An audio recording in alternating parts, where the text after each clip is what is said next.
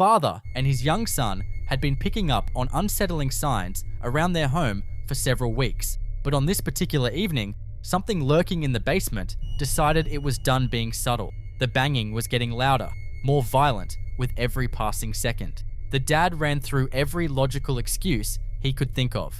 Faulty plumbing, something toppling off a shelf, anything that made sense. But the noise kept escalating, so he pulled out his phone and headed down to investigate. Here's what the camera caught. Yeah.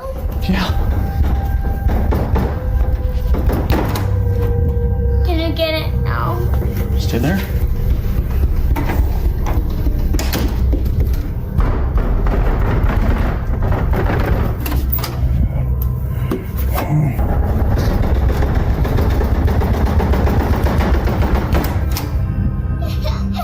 Three enormous, thunderous impacts struck the basement door with enough force to rattle the walls. Then, slowly and deliberately, the doorknob began rotating on its own, while his little boy stumbled backward in absolute terror. Whatever was waiting on the other side of that door had nothing to do with pipes or settling wood. There was no reasonable explanation for it. The dad scooped up his son and rushed them both upstairs as quickly as his legs would carry him, throwing the lock behind him and never once glancing back. A man driving alone through a dense forest late at night captured this footage under near total darkness, with almost no light to guide his way. The eerie silence of his surroundings began to get under his skin, prompting him to pull out his camera and document what was around him. Nothing appeared out of the ordinary at first, but before long, something on the road ahead stopped him cold.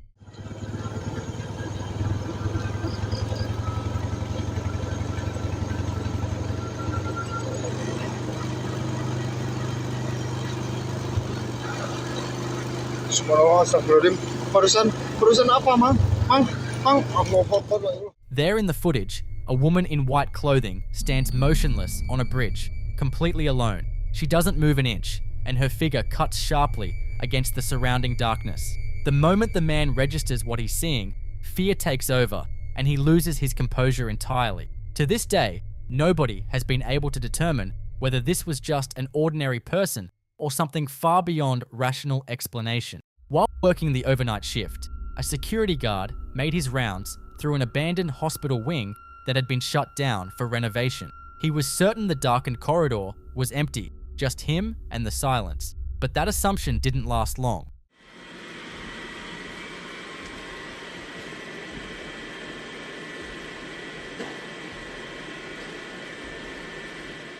Without warning, a dark shape shot across the hallway and disappeared straight into the wall.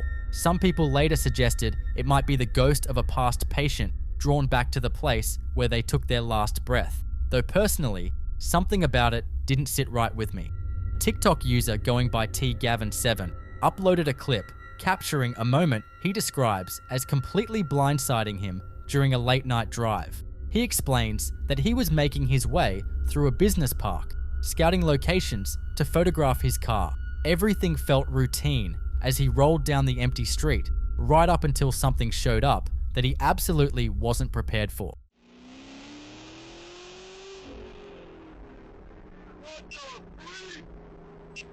What the freak was that? Oh my god!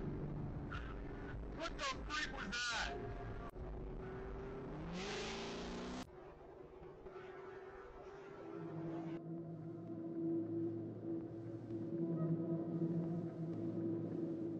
As he continues along the road, a dark figure abruptly materializes near the edge of the street. Clad entirely in black, the figure looks almost like a living shadow, virtually featureless, carrying an eerie resemblance to something like the Grim Reaper.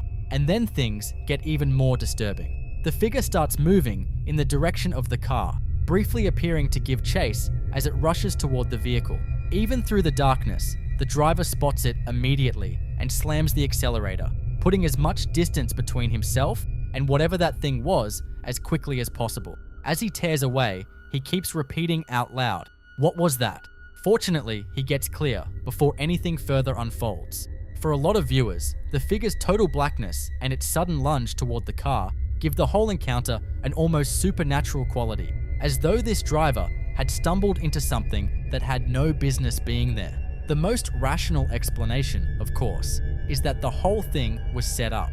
Someone in dark clothing could have been planted along the route ahead of time, with the chase choreographed to look as terrifying as possible. But staged or not, having a pitch black silhouette suddenly bolt toward your car on a deserted road is the kind of thing that gets your pulse hammering. It's the sort of experience that keeps replaying in your head long after you've left it behind. Home security cameras pick up all kinds of odd things. Shadows drifting by, wildlife at the doorstep, strangers wandering past in the early hours. But this particular recording is a lot harder to dismiss. Late one night, a man got a motion alert from the camera positioned near the front of his home. Figuring it was probably nothing serious, he pulled up the footage on his phone.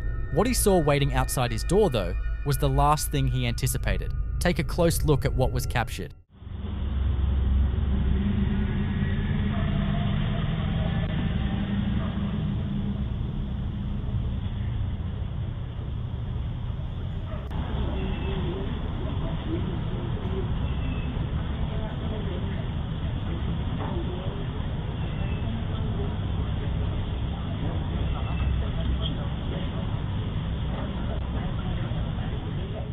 In the recording, a pale, semi-transparent shape materializes directly in front of the house. It carries the silhouette of a human being, but the way it actually looks is what gives the clip its deeply unsettling quality. Some viewers argue it could be a camera artifact or a real person, distorted by night vision technology. But here's the thing, when you examine the rest of the frame, the white truck sitting nearby looks completely undistorted. The background is sharp and stable. Nothing else appears warped or broken, and the only element that seems off is that ghostly form drifting past the property.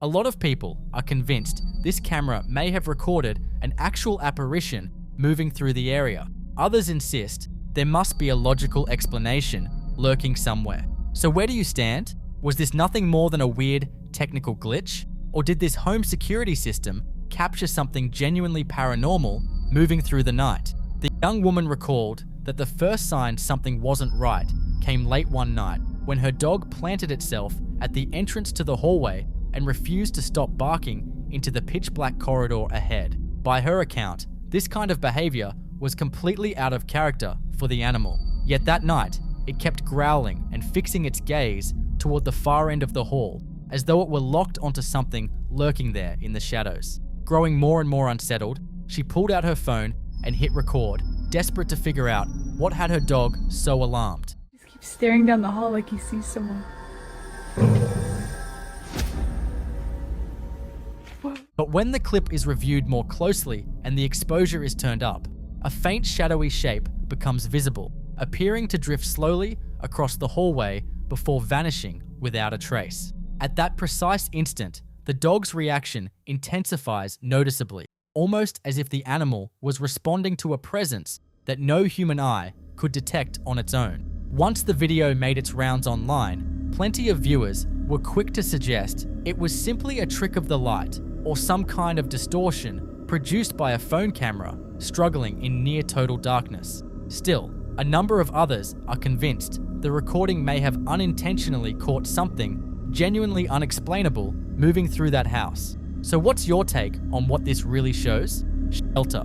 YouTuber Tyson Pierce runs a channel focused on travel, the great outdoors, and basic wilderness survival. But on one particular day, everything he's ever learned gets pushed to its absolute limit when something truly terrifying unfolds. Tyson is out in the remote wilderness of Hawkesbury, Ontario, Canada, constructing what he refers to as a Viking turf house survival shelter. His younger brother and a friend have come along to lend a hand. The group is roughly halfway through the build when out of nowhere, an emergency weather alert suddenly blasts through on Tyson's phone. Environment Canada has issued a severe thunderstorm warning, mobile coverage. But they're stranded in the middle of the wilderness with absolutely no way to make a run for it. Now, before we get into this, I want to flag in accordance with YouTube guidelines that nobody was harmed during any of this footage. But what unfolded as that storm descended on them was nothing short of terrifying. What the hell? Oh my god. Holy sh! I'm going. Oh, je pense qu'il y a une tornade. Non, oui, non. On peut pas se sauver, c'est drette là. Check! Ouais, c'est ça. Check! Qu'est-ce qu'on fait? Elle s'en vient, reste en dedans. Non, non, non. En dedans, en dedans. Je m'en vais. Non, on peut pas, il est trop tard. En dedans. Reste en dessous! Tornado! Tornado! Stay low! Stay low! Stay low! Stay low! Stay! Stay! Stay! Stay low! Is it leaving? No! Stay! Stay! Stay! Oh, buddy! Stay! Stay! Stay!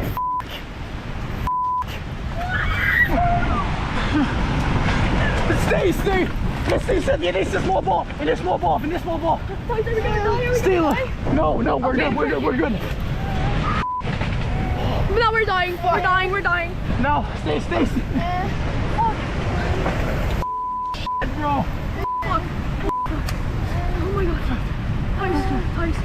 Tice. Stay! Stay! Stay, Miguel. Stay! Stay! We're gonna wait. Holy f***! Guys, please don't make me. C'est good! C'est good! On est good! On est good? But sir, 100% sir. Please, God! Please! Please! God, no. s'il vous plaît. S'il vous plaît! Oh my god, no. Please, no! Stay low! Stay low! Stay! Stay! Holy f***! Tice, please. Stay! Please, God, please! God, please. Tice. S'il vous plaît. C'est good! On est good! On est good! On est good! On est good! On est bon. On est good! On est good! On est correct! On est pas good. On est correct, guys! On est good! On est good! S'il vous plaît! S'il vous plaît! S'il vous plaît! And again, just to be clear, and in keeping with YouTube guidelines, not one of these guys walked away with so much as a scratch. Thanks to the remarkable structural integrity of Tyson's shelter, every single person inside made it through safely. A few days after the storm passes, Tyson heads back out to assess the damage to both his shelter and the surrounding forest. That's my cabin. 2 trees. 2.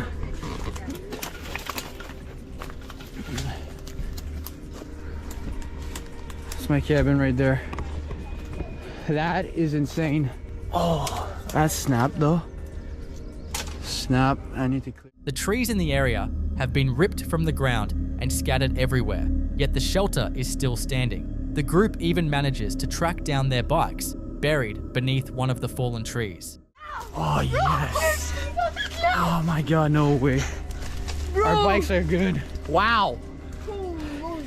Good spot. My bike. When it came down to it, Tyson's hand-built wilderness shelter literally saved their lives. He considers it an absolute miracle that they all walked away completely uninjured. Couple had planned a surprise celebration for their daughter and wanted to film her arrival home so they could hold on to that precious moment forever. The instant she steps through the door, her parents greet her with joy and tears. Everything appeared perfectly ordinary until something went unnoticed by everyone in the room at the time.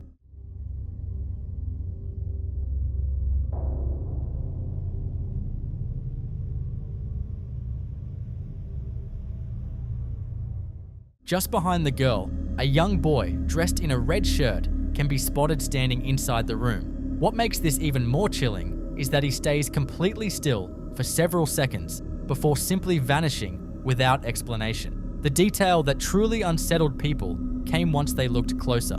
According to the original post, no other children were present at the party. It was only the girl's parents and one family friend. In the comments section, viewers scrambled to make sense of it. Some figured it might have been a random person briefly crossing the frame without anyone realizing. Others noted that the boy appears to have a shadow, which they argued would dismiss any supernatural explanation. But not everybody is convinced by that reasoning. So where do you stand on this? Is there a rational answer hiding somewhere in that footage? Or did that camera manage to capture something that something that had absolutely no business being there.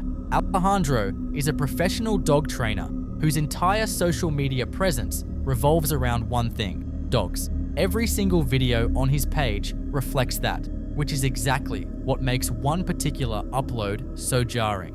Late one evening, Alejandro headed out for a nighttime walk with his 2 dogs, and what unfolded next was something he clearly wasn't prepared for. See for yourself what his camera captured. Vamos.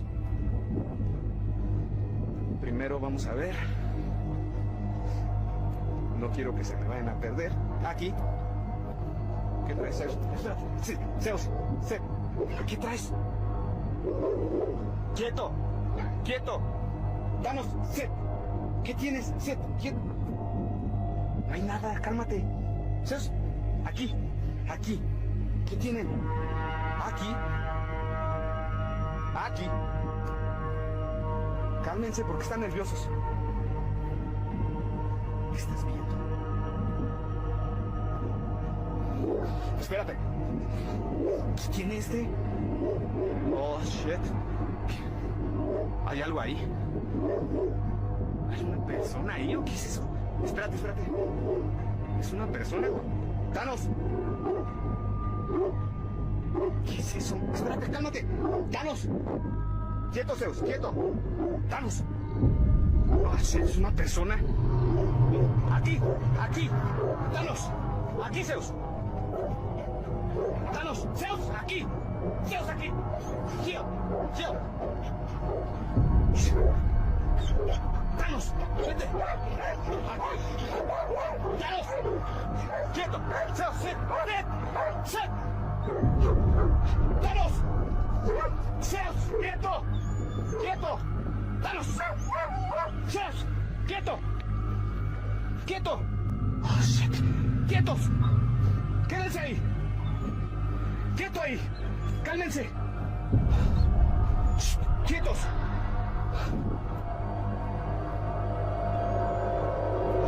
¿Qué es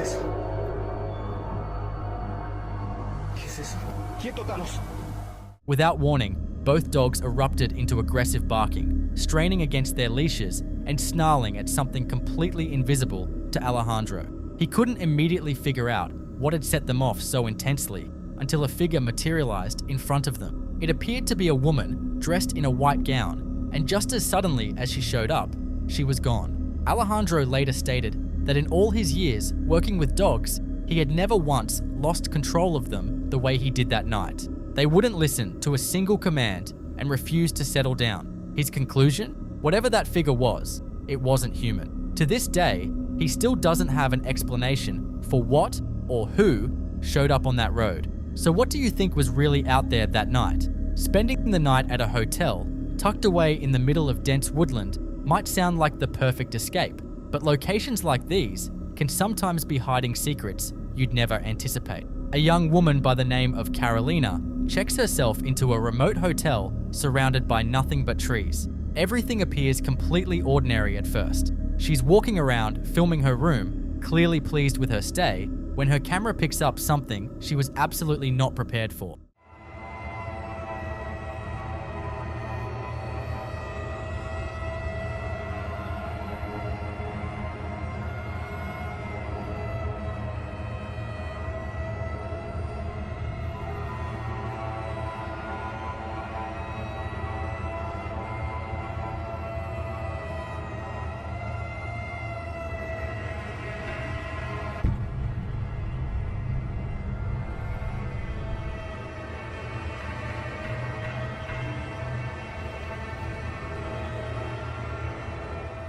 Just outside the bathroom doorway, a peculiar shadowy figure becomes visible. It shifts slightly before vanishing almost instantly. The young woman, now terrified, runs over to investigate the bathroom herself, but upon arrival, she finds nothing at all, as though whatever she had seen had simply ceased to exist. Sometime after her stay, she learns that previous guests at the same hotel had come forward with remarkably similar stories, recounting unsettling and disturbing events in that exact location. Ever since, many people have come to believe the hotel could genuinely be haunted, and that what Carolina witnessed that night was far from a random coincidence. Surveillance cameras have a habit of picking up things that simply defy explanation. That's precisely what Reddit user CarefulAbracoma364 believes occurred at their father's workshop. They posted the footage to the r/r Paranormal Encounters subreddit, hoping the community could shed some light on what had been captured. The father's workshop sits in an isolated location, flanked by a road and a set of railway tracks. The father had installed CCTV cameras as a deterrent against thieves and vandals. Much like the previous entry, these cameras are motion activated, only switching on when something passes within range. On most nights, they pick up nothing more than the odd car rolling by, or perhaps a wandering animal. But on one particular night, at exactly 3:47 AM, one of the cameras caught something nobody could have anticipated.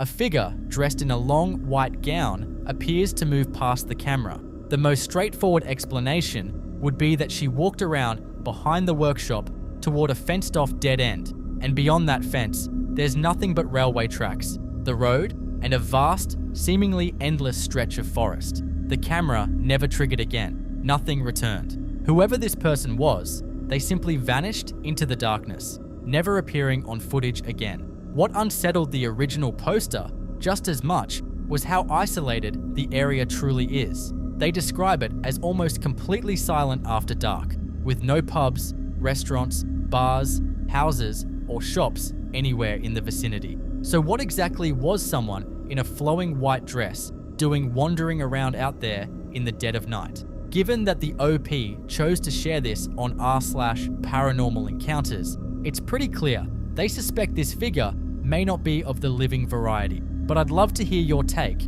Drop your thoughts in the comments below. This next clip was originally posted to YouTube by a channel called Kilulu back on December 4th, 2012. It captures a group of friends venturing into a long, poorly lit tunnel in the dead of night. Right from the start, the tension is palpable. One member of the group sweeps a flashlight ahead, scanning the darkness for anything lurking further down the passage. After a moment's hesitation, they push forward, inching their way deeper inside. Slowly and carefully, they press on, growing more uneasy with every step. And then this is the moment everything changed.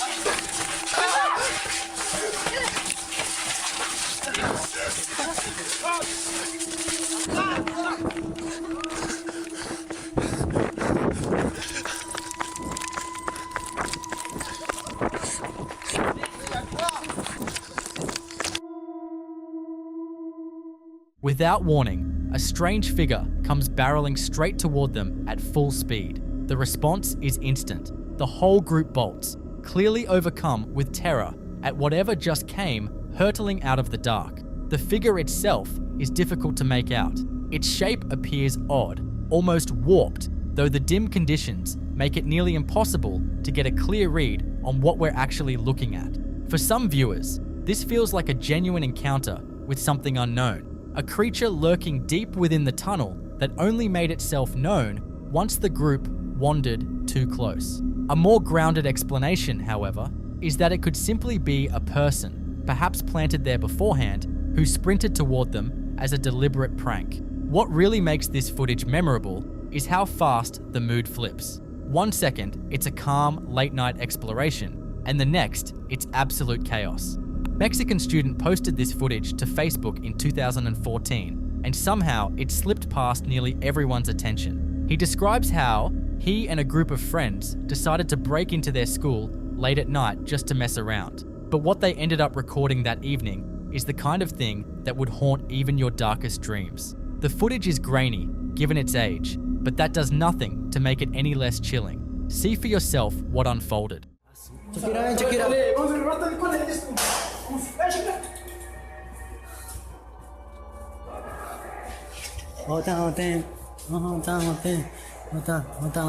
Man, check it out.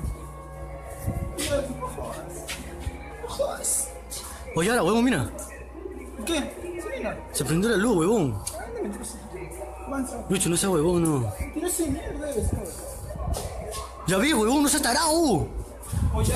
Oye, ahora, Lucho, no. Oh, concha tu madre. La dos, huevón. Oh.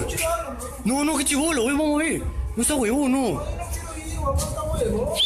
No seas huevón, no. Sara, Oye, ahora, oh. puta madre, no jodas, no voy a ver yo. Oh, vamos a ver, mierda. Ah, puta, no seas huevón. Oh, concha tu madre, se abrió la puerta, huevón. No. Oh, ya no. Oh, huevón, corre. ¿Qué chucha? ¿Qué fue eso? Oh. Corre, huevón, corre. Oh, Yara. Oh, corre. Oh, no está huevón, no, qué chucha. Oh, Yara. Oh, corre, huevón, corre.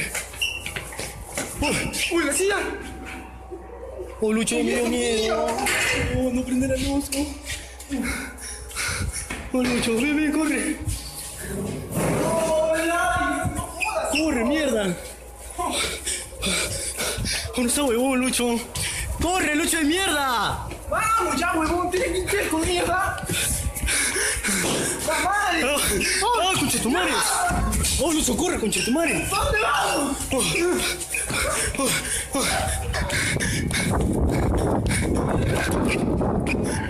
Off in the background, lights begin to strobe inside one of the classrooms, sending the students into a panic. They inch closer to get a better look, when out of nowhere, a heavy metal door violently slams open with no one near it. The whole environment seems to shift into something sinister. Unsettling sounds begin bouncing off the walls throughout the deserted building, as though the school itself has suddenly come to life. Then chairs start launching toward them, coming dangerously close to causing serious harm. The paranormal activity escalates to such a frantic level that the group has no choice but to flee. In the final moments before the footage ends, an object comes flying straight at them, narrowly missing by only a couple of inches. I have to be honest, this ranks among the most persuasive poltergeist videos I have ever come across.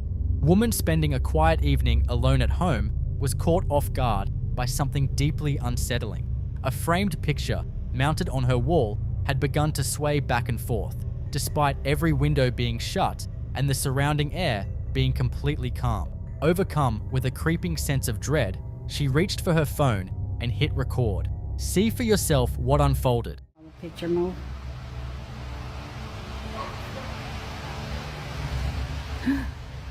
Oh my god, I did see it move.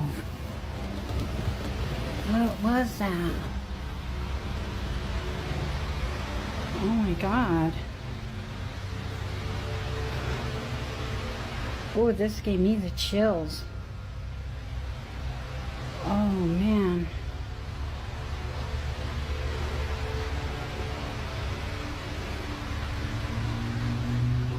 Okay. That's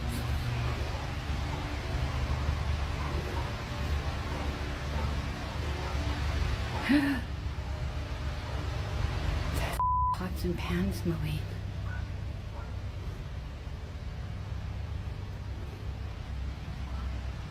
What is that? Why are the pots and pans moving? Oh my god.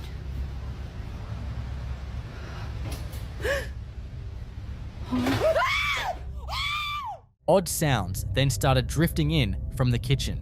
She crept toward the noise and stopped dead in her tracks. A row of pots and pans suspended above the counter were shifting on their own, with no one anywhere near them. Then, without warning, a small object flew off a surface and hit the floor with a crash, sending her into a panic. With absolutely nothing rational to account for any of it, she came to believe that something sinister and otherworldly had made its way into her home. Paranormal investigator Alex, who runs the YouTube channel Haunting the Unknown, ventures into a long abandoned restaurant somewhere in England that has sat empty for more than 2 decades. According to reports, the previous owners fled the property after being driven out by relentless and terrifying paranormal experiences. The structure is tucked away deep in a forest, crumbling and completely cut off from the outside world. Alex goes in by himself after dark and positions a motion-activated music box near the bar. Strange things start happening almost right away. I've got the music box set up at the moment. Just do a little walkthrough. Hello?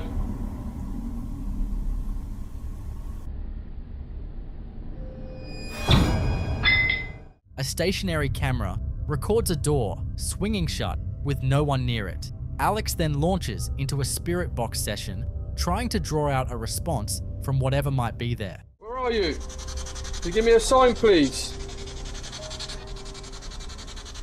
Oh, you know. He calls out for a sign, and several bottles on the bar seem to topple over on their own. But the moment he steps in for a closer look, something far more unsettling is caught on film. Stand how these were knocked down. It's crazy, I don't understand this. I'm pretty sure this was like that. Hello?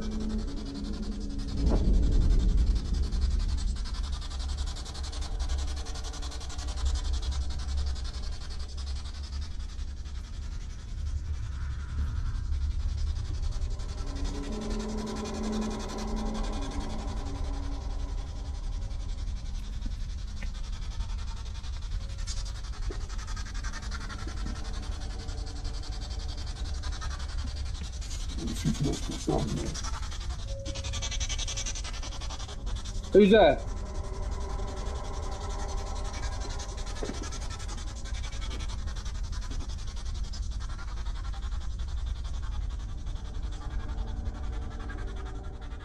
A shadowy figure materializes in the room directly opposite him.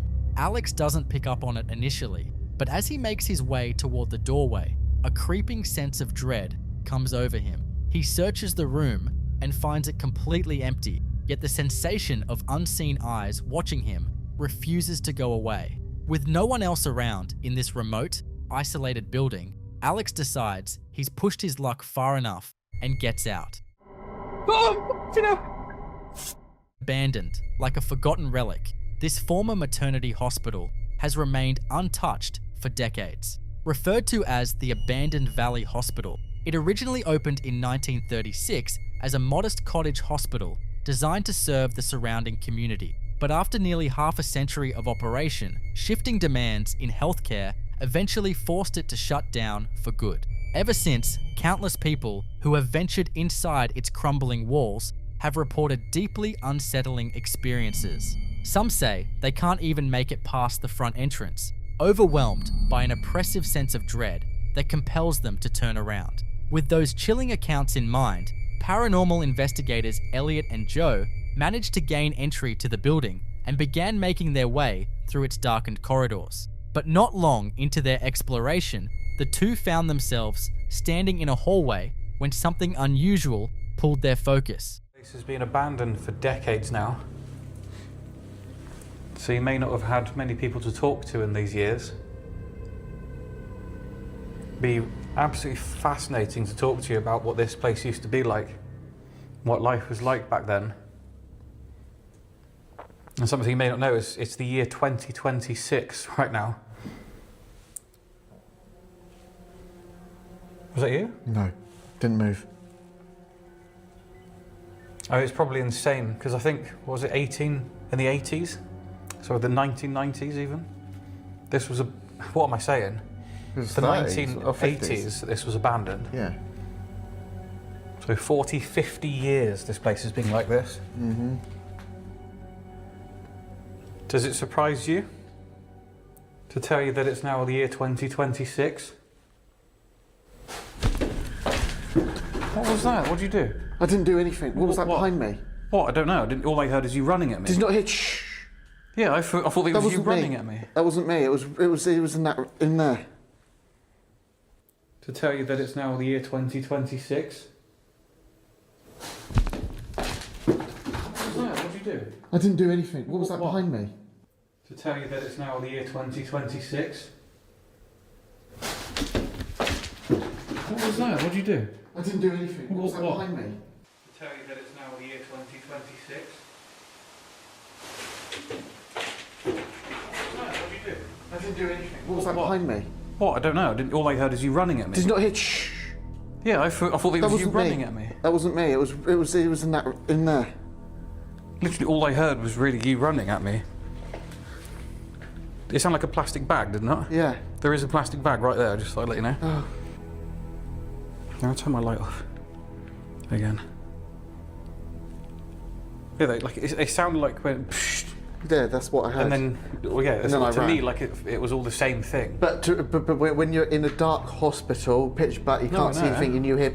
It sounded like to me someone was going. Do you know what I mean? It was like. I know, it's hard for me to comment because it sounded like that was part of you running. Yeah, if that makes no, sense. All I yeah. heard. Moving carefully through the hospital's passages and attempting to make contact with whatever might be present, the investigators were suddenly met with a deeply disturbing sound echoing out from somewhere in the darkness ahead, sending an immediate chill through both of them.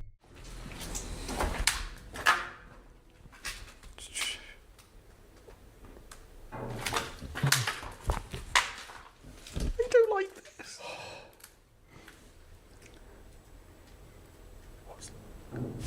What is that? We're being surrounded. Generally.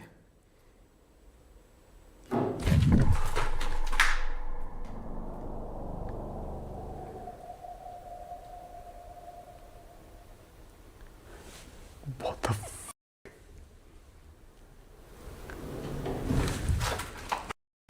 You keep your camera that way, I'll keep mine this way, because what the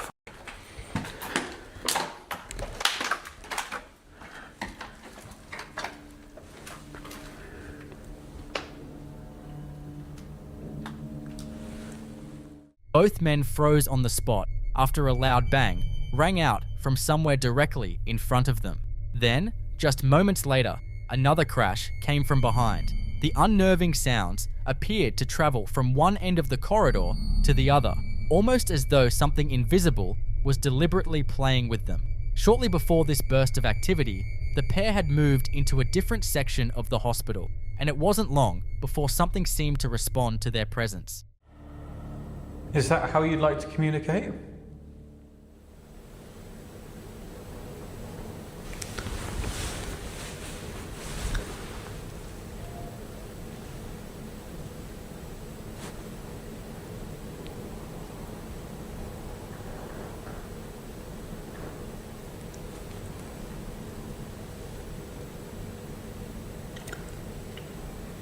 What was that? Like a ding out there. Was that out there? Was it? Yeah. Do you know what's strange as well is I don't feel so bad in this room. The strange sounds kept coming, and whatever was there appeared to be reacting directly to the investigators' questions. Wanting to get closer to the source, Elliot and Joe stepped out into the hallway, though they may have ended up closer than they bargained for.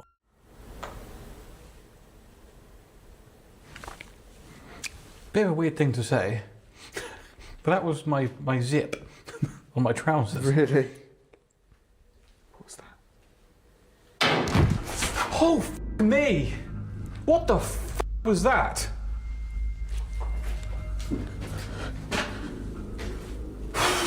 Oh, Jesus, man. A series of violent bangs erupted from somewhere uncomfortably near the two men. With adrenaline pumping, they cautiously made their way toward where the sound had originated. But as they closed in, something even more bizarre unfolded. A powerful smell of sulfur suddenly flooded the hallway, a scent widely associated with paranormal activity. Despite their mounting unease, they pressed forward until something brought them to an abrupt halt.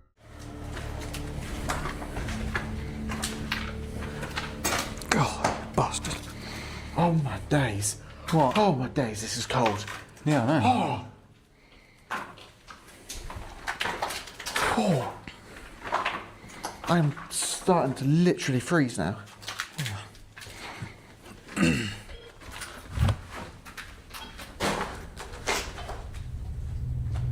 That's not you, by the way. No, I know, we've just walked past it. I've never heard it do that before. That would have gone off as we walked past if that we've literally had to walk in front of it. Yeah. Go back a bit. There's no way that would pick us up from here. Impossible. No, there won't. Is someone following us? If you are, that is absolutely brilliant.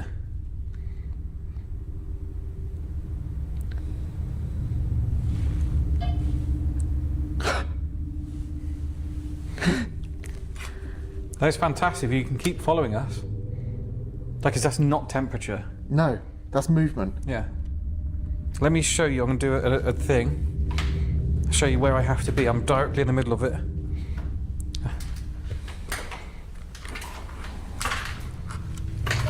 There. You have to be that close. Yeah, this is where you have to be for it to. It's gone off on the other side now. A motion sensor placed on the floor suddenly triggered, almost as if an unseen presence was trailing right behind them. As the night wore on, the atmosphere began to take a physical toll. What started as a mild headache for one of the investigators gradually intensified, eventually giving way to severe mental fog and disorientation. His condition deteriorated to the point where the team made the decision to wrap things up and leave. Reflecting on the experience afterward, Elliot and Joe openly admitted they genuinely believed what they encountered that night was paranormal, something they very rarely say. Our next clip comes from the account shown here on screen, which belongs to a Filipino content creator by the name of Reese. His page is usually filled with upbeat, lighthearted videos, but his most recent upload was a completely different story. While away on a family vacation, the group had rented an Airbnb to stay in. Things felt perfectly normal at first, but before long, they started picking up on something unsettling happening inside the property. As the strange occurrences kept up, Reese pulled out his camera and managed to get the whole thing on film.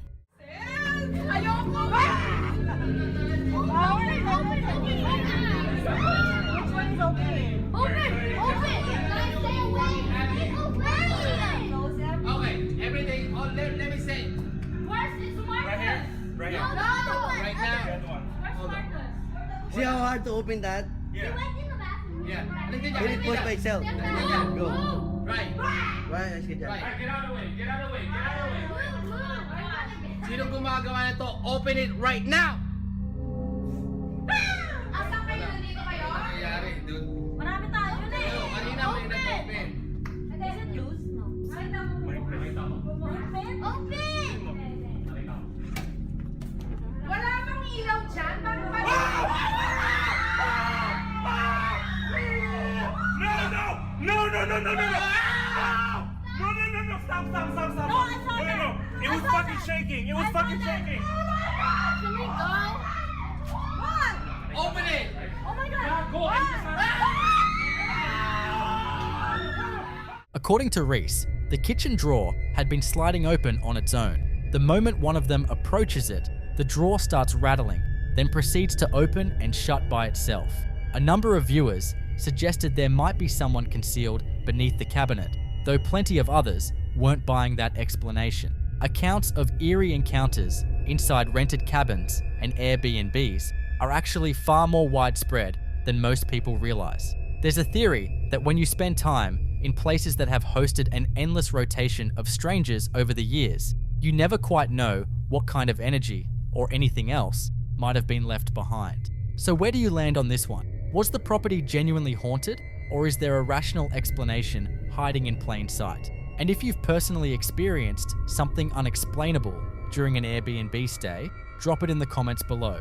This next clip was shared by a woman named Destiny Sanchez, and the footage was recorded by her husband while he was setting up a Wi-Fi system inside an old home dating back to 1954. He was by himself in the house getting the job done when he picked up on something deeply unsettling that he simply couldn't make sense of. Pay close attention to what unfolds.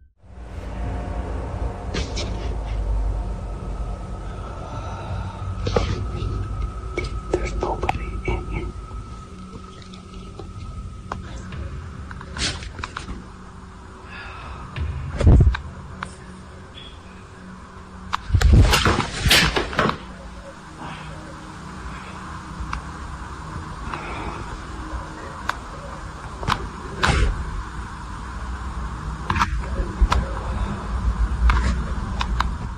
Somewhere nearby, a faint voice can be heard whispering desperately for help. Shaken but determined, he finishes up the installation and reaches out to the homeowner to report what he heard. When the woman reveals that her own daughter had previously complained about hearing a voice saying those exact same things that Destiny's husband managed to capture, he becomes convinced that something truly terrifying took place in that house at some point in the past, given just how old it is and the dark history it must be carrying. During a stretch of scorching weather, a young woman named Ergi decided to visit Liang Cave in the Philippines with a friend for a swim and a bit of exploring. They spent some time checking out the area and having a good time before heading inside, where they quickly discovered the cave was completely deserted. Seeing the perfect chance, she pulled out her phone to record herself in the cave, and that's when she caught something that sent chills down her spine.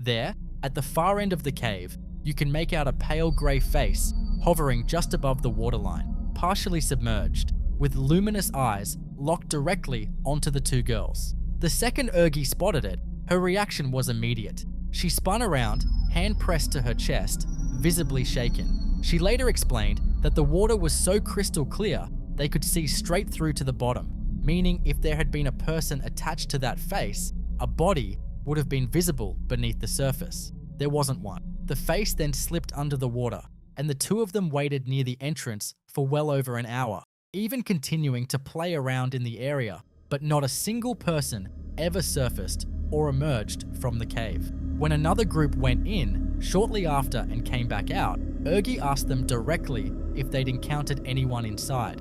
Their answer, no one. So what exactly were those girls looking at? On January 12th, 2026, a deeply unsettling clip was posted to TikTok by a woman living with her partner in a remote, wooded area far from neighbors. Because of how isolated their home was, they depended on a network of security cameras to feel safe. Late one night, she spotted something in their backyard. Initially, she thought it might be an animal wandering through. What she actually saw was far harder to explain. Pay close attention to what unfolds here. What is that? It's probably that coyote. Right there. What the heck? Is that coyote? No. That's not a coyote.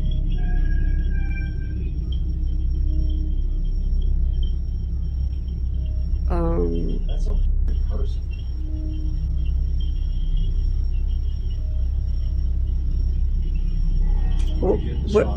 Where's the dog? A bizarre, pale humanoid shape can be observed creeping around the outside of the property.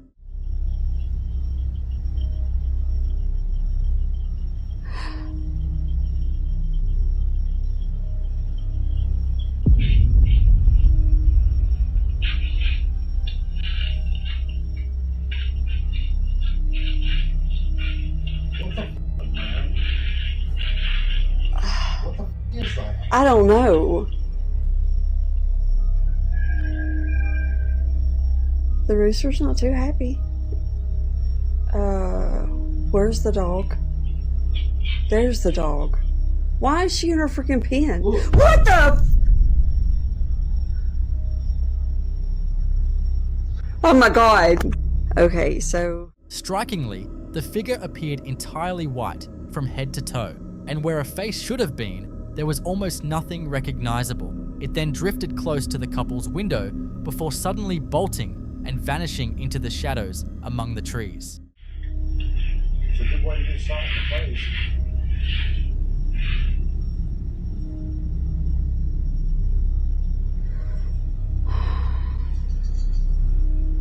And the dog's just staring.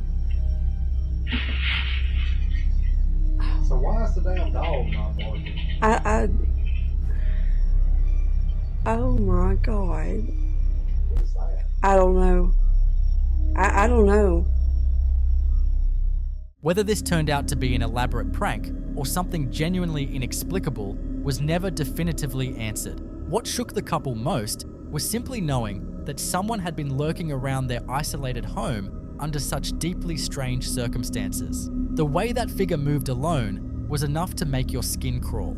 Personally, I'm hesitant to slap a paranormal label on this one, but it's hard to deny that the behavior on display here leaves a lot of uncomfortable questions unanswered. Some commenters are convinced it was staged, while others suggest the person involved may have been in serious mental distress. So what's your take on who or what this actually was? Drop your thoughts below. In the following clip you're about to watch, a baby monitor picked up something at 3:50 in the morning that's been hard to shake since it was first shared online. A 3-year-old alone in his bedroom, completely still, sitting up in bed, just looking around at his pictures and his toys, the way small children sometimes do when they're caught somewhere between asleep and fully present. He'd apparently been doing this for about 20 minutes on his own, completely unbothered, just existing quietly in his room in the middle of the night. And then his head turns toward the corner. He looks directly at it, not the distracted glance of a child noticing something on the floor, but a focused, sustained look aimed at a specific spot. And then he starts saying, yeah, calmly, repeatedly, the way you respond when someone is talking to you and you're following along. His mum notes this isn't the first time. He has looked at that exact corner before, and he has spoken into it before, and he has never once mentioned anything about a ghost or shown any sign that he even fully understands the concept. Yeah. Yeah.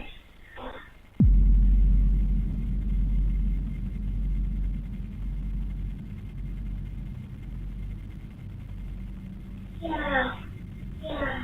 Yeah.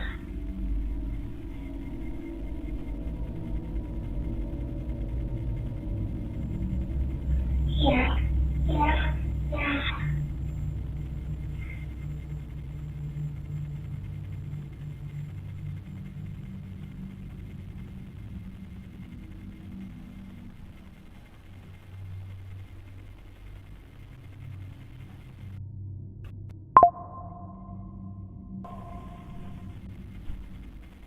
And that last detail is the one that lingers. In paranormal research, the absence of fear in a child interacting with an unseen presence is considered more significant than the presence of it, because a child who is scared has registered something threatening, but a child who is calm and conversational has registered something familiar, something that has apparently been in that corner long enough to become a completely normal part of his night. So what do you think? Is there someone in that corner answering back? Or is this just a 3-year-old and his imagination keeping each other company at 4 in the morning?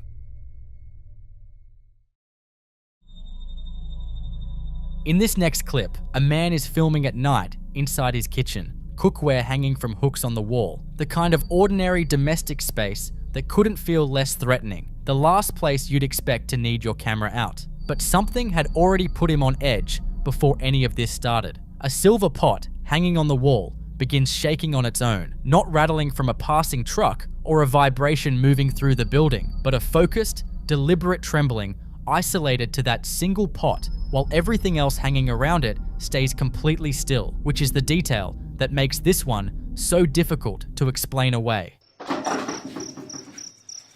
Astagfirullahaladzim. Istri baru selesai. Bisa sah bro. Udah panci itu gerak sendiri. Astagfirullahaladzim. If it were structural, if it were environmental, everything on that wall moves together. But this is just the one, shaking with a specificity that points toward something interacting with it directly. His reaction is immediate and instinctive, invoking Astaghfirullahaladzim, an Arabic expression of shock and a plea for God's protection. The kind of thing that bypasses thought entirely and just comes out when something defies every rational category you have available to you. In paranormal research, isolated object movement, where a single item is disturbed while everything immediately surrounding it remains untouched, is considered one of the stronger indicators of intelligent activity because it rules out most environmental explanations in a single detail. Whatever was in that kitchen wasn't creating a general disturbance, it was making a selection. So what do you think? Is this a presence announcing itself, or is there something about that particular pot that has a history attached to it nobody knows about yet?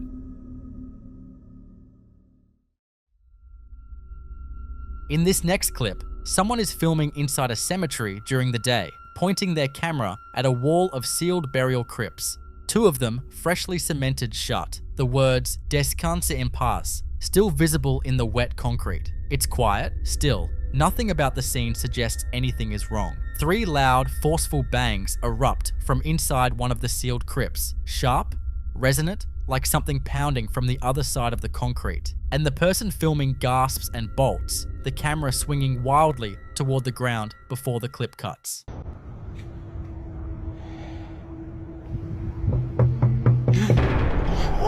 Skeptics point to thermal expansion as a possible explanation, the idea being that fresh concrete contracting or expanding in the heat can produce sounds. And that's a fair argument on paper, but thermal expansion doesn't produce 3 evenly spaced, deliberate impacts that land with the rhythm and force of a fist. In paranormal research, freshly sealed burial sites are considered some of the most volatile locations for activity, specifically because the moment of sealing represents a threshold, a transition point where the energy of the recently deceased is believed to be at its most unsettled, still tethered to the physical world and not yet fully separated from it. Some traditions hold that the period immediately following burial is when a soul is most likely to attempt communication, drawn back by unfinished business, unspoken words, or simply the disorientation of a transition that happened too fast. 3 knocks, in particular,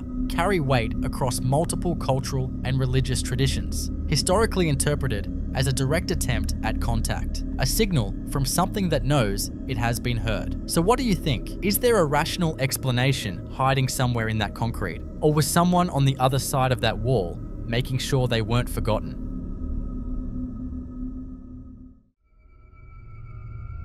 The following videos come from the same man, filmed inside what appears to be the same house across what seems to be a series of increasingly disturbing nights. And taken together, they paint a picture of something that isn't just visiting this place, but actively making itself known. It starts quietly enough. He wakes up at some point in the night to the sound of music playing downstairs, lo-fi and distant, drifting up through the dark house. He hadn't left anything on, or so he thought.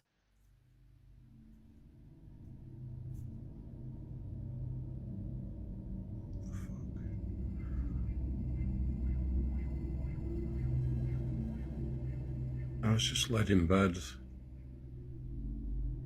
and I can hear music, and I swear that's coming from a computer.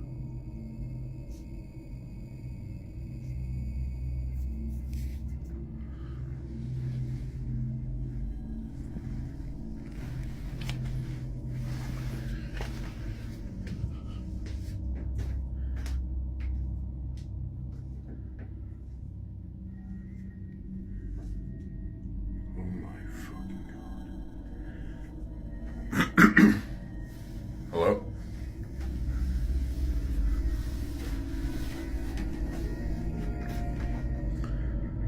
Oh my god. So, I put my computer to sleep, didn't turn it off, but YouTube was not the last thing I was on.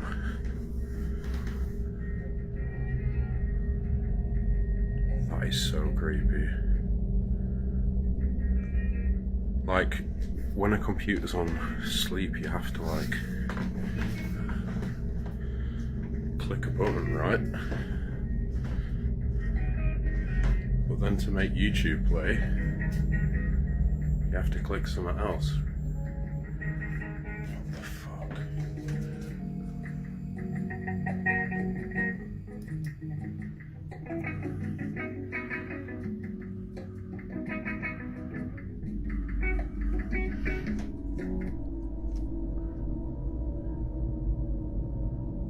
That is so creepy.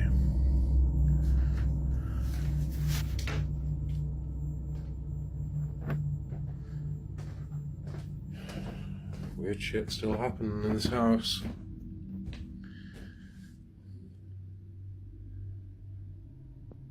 Make the music play.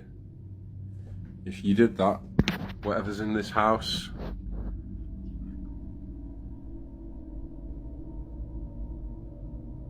make the music play.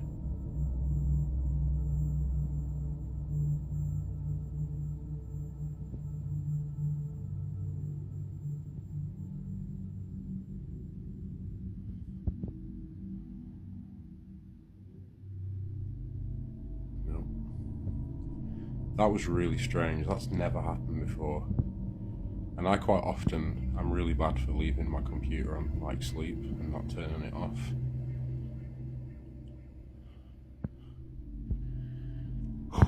That's never happened. The hairs on the back of my neck standing up. It's so creepy.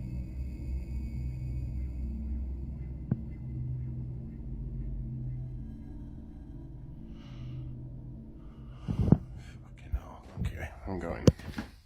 His computer had woken itself from sleep mode and pulled up a YouTube video. Not just any video, but one that hadn't been open when he last used the machine. He points out, and this detail matters, that waking a computer from sleep requires one action, but getting YouTube to start playing requires another deliberate step entirely. The hair on the back of his neck stands up as he stands there in the blue glow of the monitor, asking whatever might be in the room to make the music play again. It doesn't. But for a lot of viewers, the silence in that moment is almost worse than if it had. Some dismiss it as a scheduled software task or a glitch. Computers do strange things. Others think that's too convenient an explanation for something this specific and point to it as classic low-level poltergeist behavior, the kind that starts small and electronic before it escalates into something physical. That escalation didn't take long. On another night, the banging starts. Loud, rhythmic, deliberate. The kind of sound that doesn't feel random. He's heard enough by this point that he's clearly past frightened and into furious, and he decides to confront it head on. Watch.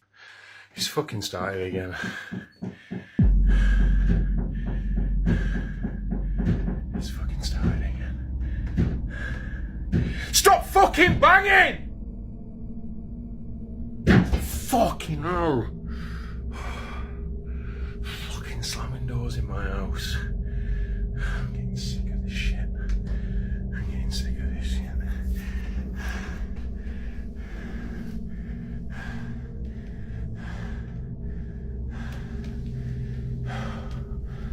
Oh, fucking hell.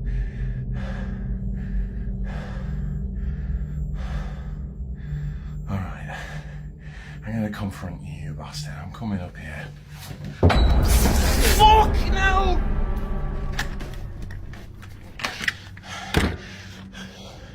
Fucking hell.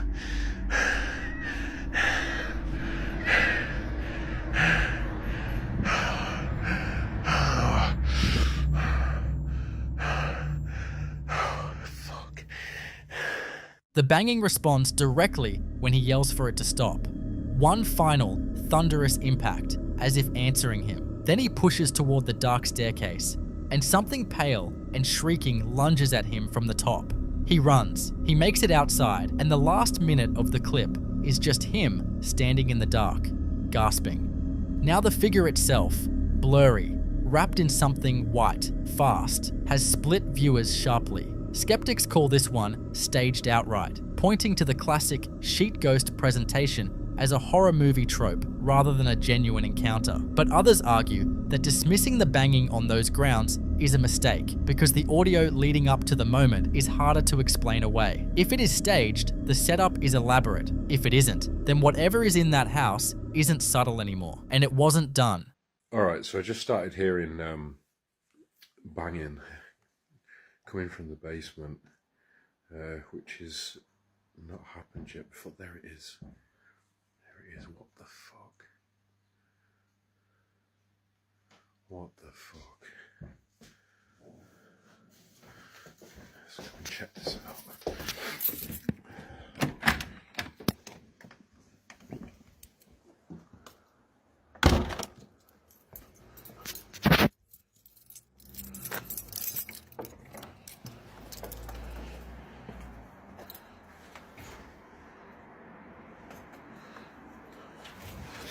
Sketchy shit happening in this house, man.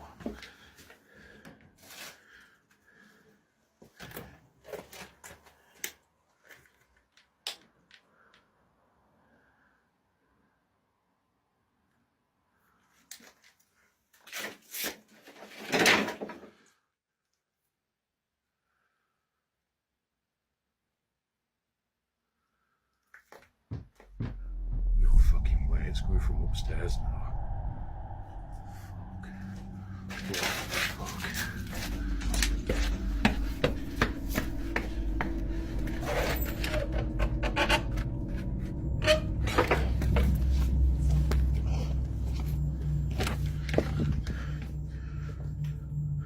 Holy shit. What the fuck?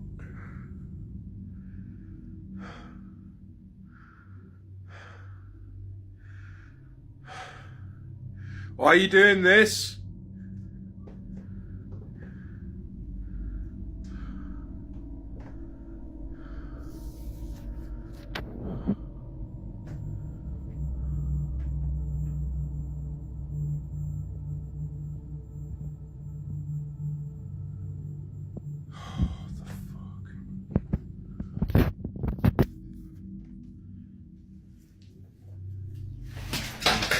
Fucking hell, what the fuck? Oh no. He hears banging again, this time from the basement, and goes to investigate with his phone's flashlight. Down in the cluttered, unlit space, a metal object crashes to the floor with no one near it. Then the banging shifts. It's now coming from above him, from the floor he just left. He runs back up and finds the kitchen ransacked, every cabinet door hanging open, drawers pulled out, the whole space thrown into chaos with no one else in the house. And then, as he's standing there trying to process it, a floor lamp crashes over in the living room, and the large red ceiling shade above it begins swinging hard, back and forth, like something had just shoved past it. This kind of pattern, sounds migrating between rooms, objects moving in spaces the witness just left, culminating in violent physical disruption, is what researchers loosely associate with poltergeist activity as noisy ghost, and historically describes disturbances focused on a specific location or person rather than a fixed spirit tied to place. What's unsettling about these three clips, taken together, is how the activity seems to track him, following him from room to room, responding when he speaks, escalating each time he tries to push back. You decide what that means. But whatever's in that house, it doesn't seem finished.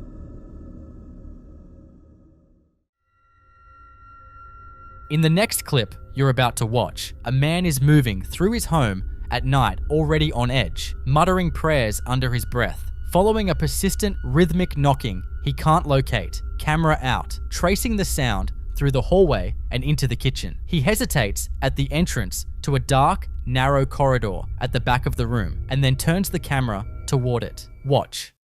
Astagfirullahaladzim. Seperti ada suara orang-orang pula. Astagfirullahaladzim. Tuh, dengerin. Astagfirullah. Suaranya dari mana nih? Astagfirullahaladzim.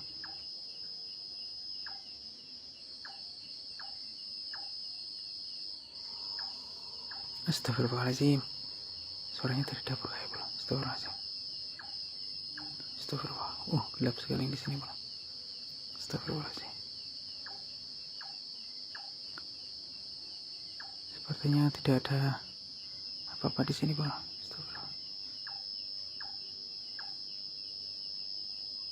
Astagfirullahaladzim. Astagfirullah. Itu bro. Ini apa ini bro? Astagfirullahaladzim. Tuh. Ada yang berdiri di sana itu bro. Hitam-hitam itu bro. Astagfirullahaladzim. Assalamualaikum. Sinten niku? Astagfirullahaladzim. Jenengan sinten? Sepertinya tadi menjawab ya bro, kayak bilang aku gitu bro. Iya enggak sih? Astagfirullahaladzim.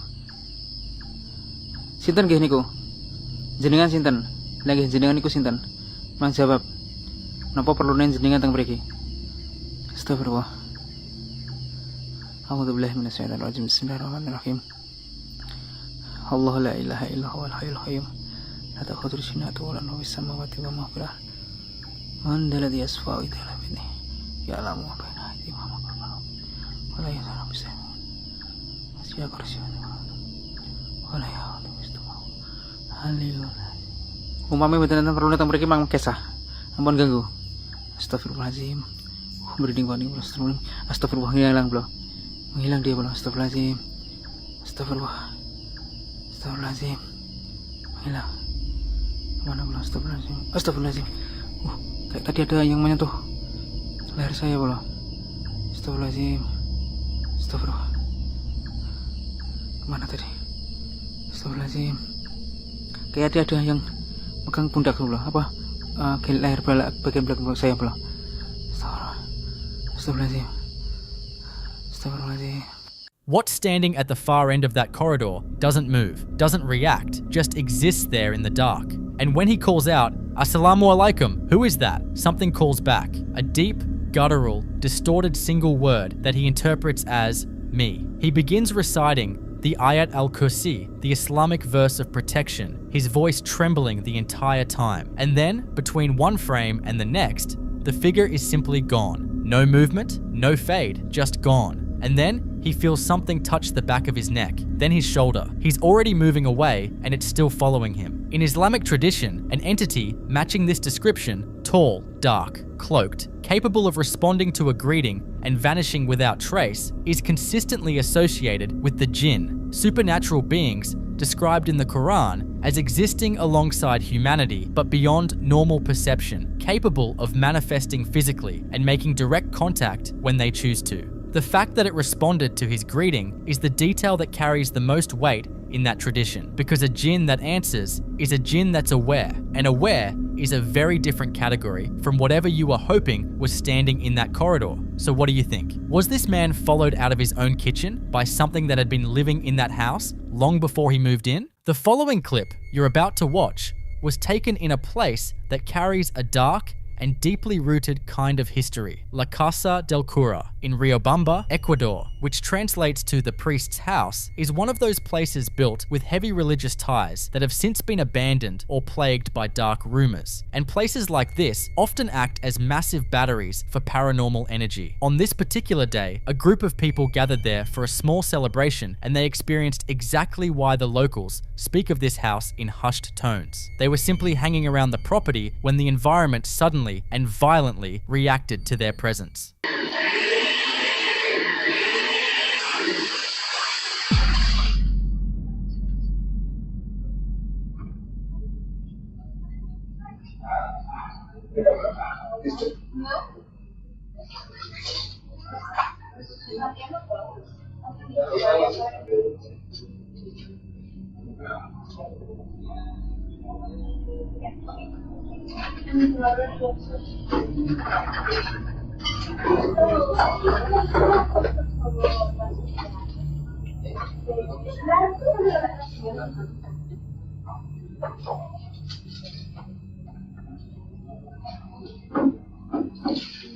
If this happened in any other place, maybe there would be a more scientific explanation. You could argue it was extreme thermal stress, a sonic vibration, or a sudden shift in the old building's foundation that caused that heavy pane of glass to spontaneously shatter. But in a place with a history like La Casa del Cura, logic tends to fall apart the closer you look.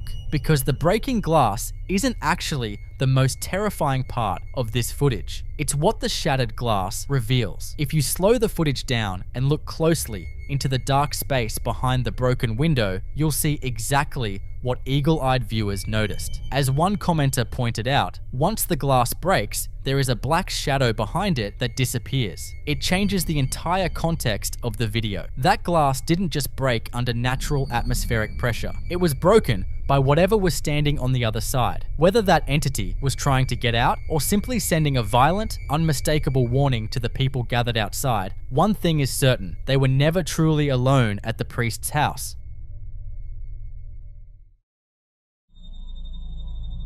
In this next clip, we see that a lot can go wrong when you decide to investigate a strange noise in the middle of the night. For weeks, this man had been plagued by the classic, quiet symptoms of an attachment, catching fleeting movements out of the corner of his eye and enduring that suffocating, constant feeling of being watched. He had tried to rationalize these subtle disturbances away, but tonight, whatever it was, decided to finally make a move. So, he hears noise again and he grabs his phone to record his search, maybe just to prove he's not crazy. He slowly walks through his dark house, shining his light around, looking for a logical reason for the noise. Then he rounds a corner and points the camera right at a large wall mirror, and this happens.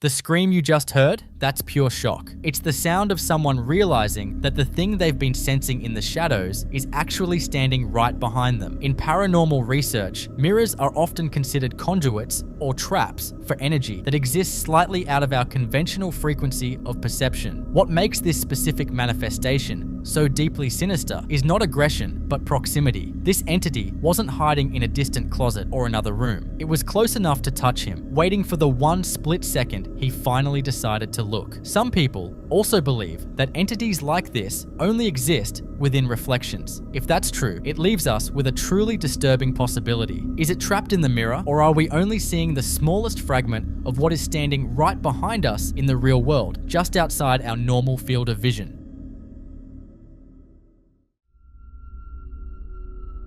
The next clip you're about to watch comes from a security camera installed in a certain woman's relative's basement, and it is a stark example of how the most seemingly mundane objects can become terrifying anomalies. At the time this was recorded, the house was completely empty. The security system was armed, and everything was silent until a motion detection notification suddenly pinged the homeowner's phone. When they checked the playback, they saw a bright, elongated white object launch itself into the air and float through the dark room. Because the laundry machines are right there in the frame, the immediate logical assumption was that it was just a stray dryer sheet caught in a breeze. But was it really? Have a look at the footage.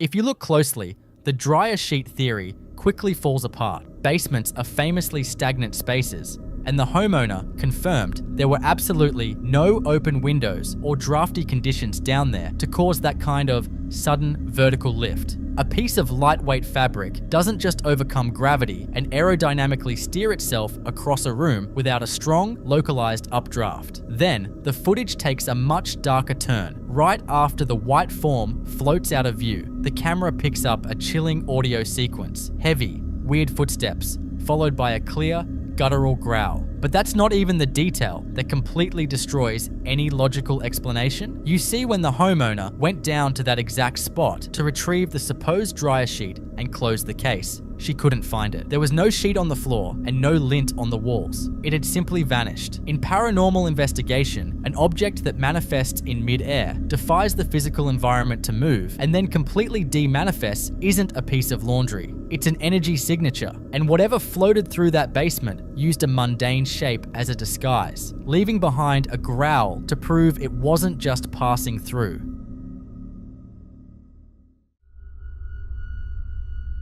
This next clip was posted by a young woman who was casually scrolling through her Facebook memories when a seemingly mundane video from a year ago popped up. When she originally filmed it, everything felt completely normal, but listening back to it now, she caught a deep, guttural audio anomaly that she absolutely did not hear in the moment.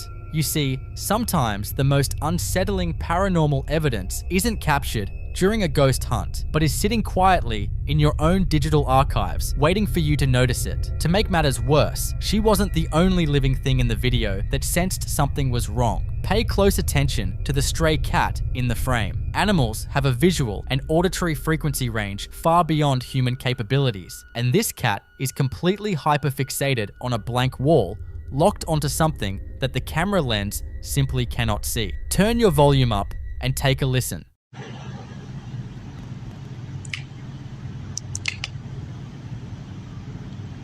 Chicken.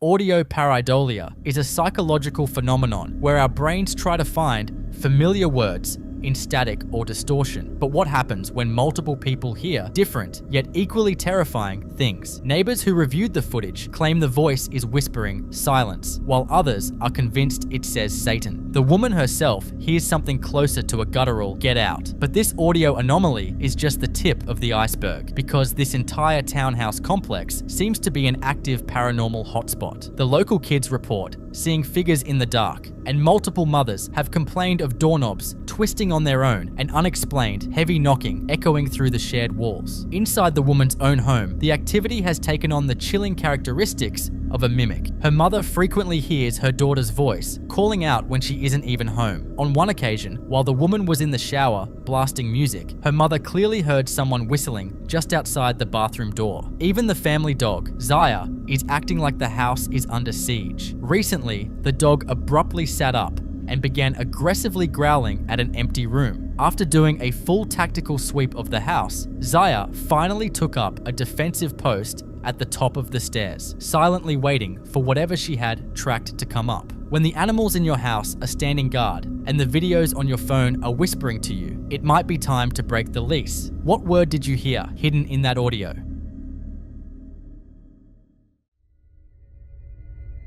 This next clip taps into one of the most universal childhood fears: toys that seem to have a life of their own. The footage shows someone lying in bed in a dark room while their baby doll randomly begins singing at 2 a.m. Before we watch, we have to address the most common skeptical explanation. Whenever a video like this surfaces, people immediately argue that there is nothing paranormal happening and that the creepy, distorted audio is simply the result of dying batteries. And on a surface level, they are right about the sound. As battery voltage drops, a toy's sound chip slows down, stretching a cheerful song into a demonic drone. But that explanation fundamentally ignores the mechanics of how these toys actually operate. A dying battery does not magically close an open circuit. For an electronic doll to play its audio sequence, a physical trigger must be activated. A button pushed on its stomach, a hand squeezed, or a string pulled. Keep that terrifying reality in mind as you listen to the singing, and pay very close attention to the laugh at the very end.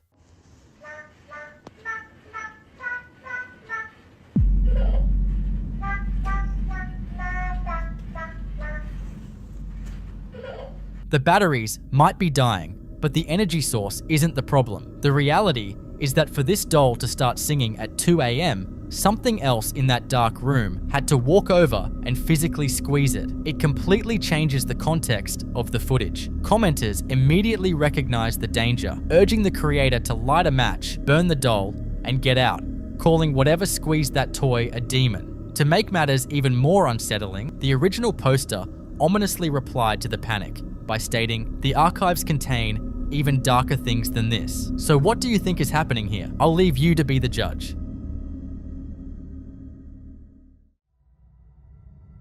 This next clip comes from a home surveillance system back in 2018, shared by a woman who had been experiencing a string of odd occurrences at her former home. When we think of poltergeist activity, we usually picture violent chaos, things being thrown off counters, glass shattering, or doors slamming in the dark. But what happens when an unseen presence decides to do the exact opposite and starts organizing your living room? In the footage, you can see a pair of white shoes left sitting out of place, right in the middle of the area rug. Watch what happens to the environment, the strange orbs drifting through the room, and especially the white shoes.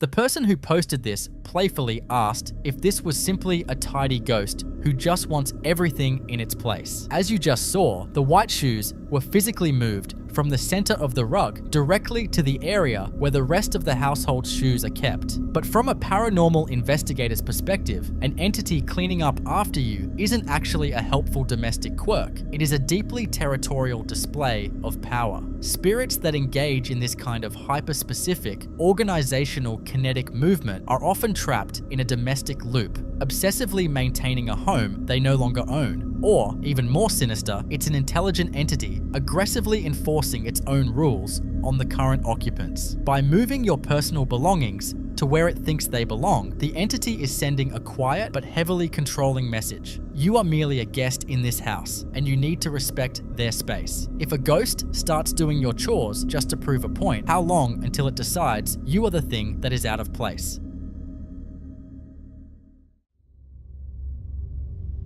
In this next clip, we see the stark difference between a haunting that merely wants to be heard and one that wants to be physically felt. For a while, this guy had been dealing with the former. He had been hearing unexplained sounds echoing through his house and catching glimpses of things moving in his kitchen out of the corner of his eye. It was unsettling, but it hadn't escalated into outright violence. That all changed on a completely average evening. He was just upstairs trying to watch a baseball game when a massive, violently loud bang echoed from the lower level. Grabbing his phone, he heads downstairs to see what on earth could have made that much noise. What he finds proves that whatever is in his house isn't just making sounds anymore. Alright, so I was just up watching the baseball game and I heard a loud fucking bang down here.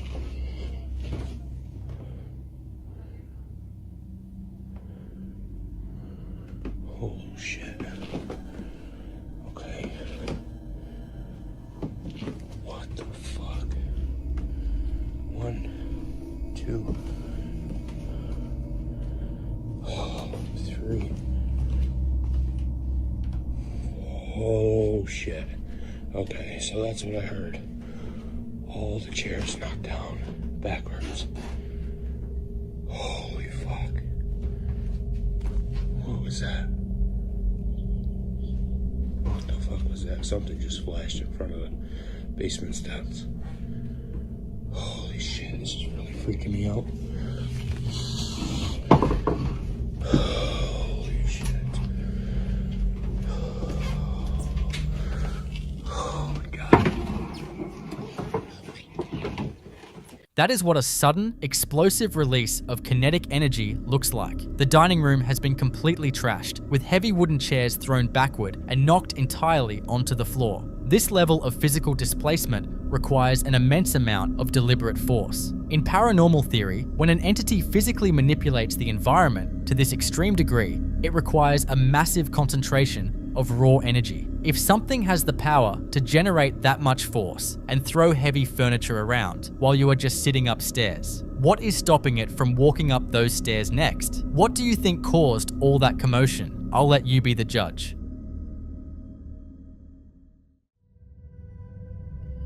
In this next clip, we move away from private homes and look at the after-hours footage of a commercial space. There is a very specific, lonely kind of quiet that falls over a restaurant bar after all the patrons have gone home and the staff is locking up. But as this footage shows, just because the building is closed doesn't mean it's empty. The video focuses on a tiled patio area where 2 large industrial-wheeled trash bins are parked side by side in the dark. Watch what happens to the grey bin on the right.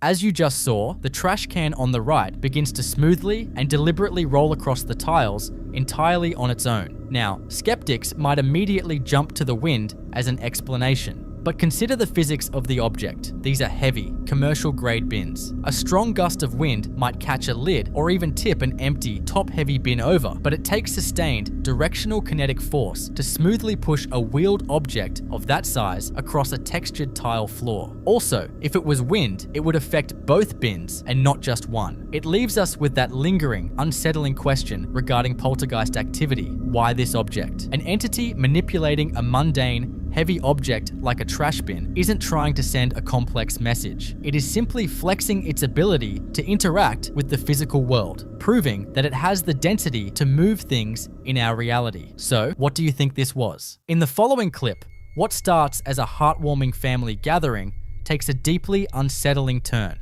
The footage centers on an elderly woman bathed in the warm glow of candles as her family sings to her. It's a standard, grainy home video, but the atmosphere subtly shifts when you look past the festivities and focus on the open doorway in the background. As the song reaches its peak, a distinct, childlike shadow darts across the room. The movement is quick but deliberate, and the shape clearly resembles a little girl.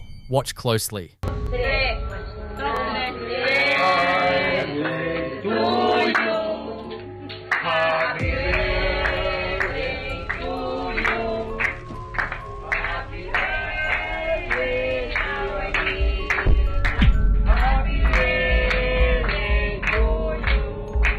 The grandmother appears entirely unaware of the anomaly behind her, completely absorbed in the moment. Yet, the camera captures what the human eye easily missed in the chaotic joy of the celebration. What makes this particularly chilling is the context that often accompanies such manifestations in paranormal circles. Some viewers theorize that the shadow may be deeply connected to the grandmother's past. A common narrative attached to this footage suggests that the woman may have lost a young daughter many decades ago.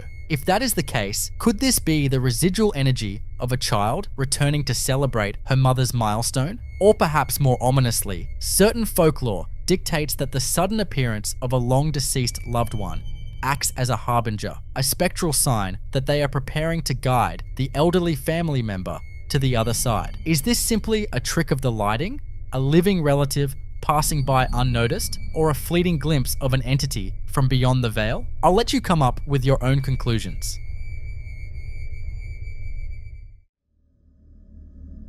In this next clip, we see exactly why working in a mortuary or a funeral home requires a profound level of mental fortitude and an inherent comfort with the concept of mortality. These facilities are designed to be final way stations for the deceased, places where families gather to release their heaviest, most agonizing emotions. Because of this intense concentration of grief and transition, paranormal researchers have long considered funeral homes to be highly active epicenters for the supernatural. Usually, this activity is thought to be residual, a sort of emotional echo permanently etched into the very foundations of the building. But what happens when that energy stops being a simple echo and begins to interact with the living? Recently, a mortuary worker began documenting her shifts after noticing a disturbing pattern of inexplicable disturbances, and her footage provides a terrifying look at an escalation that defies all logical explanation. The deeply unsettling series of events begins early one morning before the facility is officially open. The worker is alone, surrounded by the sterile, quiet atmosphere of the embalming rooms, quietly prepping for the arduous tasks ahead. Having felt a heavy, oppressive presence in the building during previous night shifts, she decides to keep her camera rolling. The silence of the mortuary is profound, but it doesn't take long for that quiet to be violently broken by an auditory anomaly. Take a look.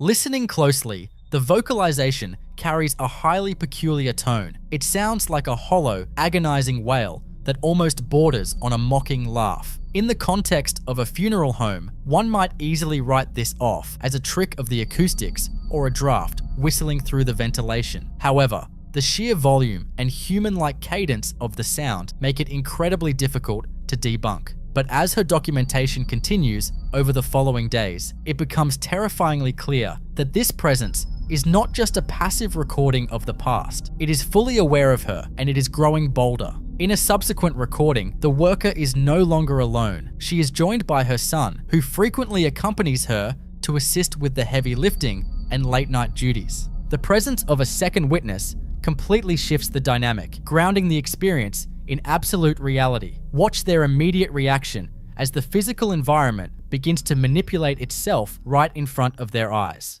Are you always alone when you're there at night? So thankfully I'm not always alone.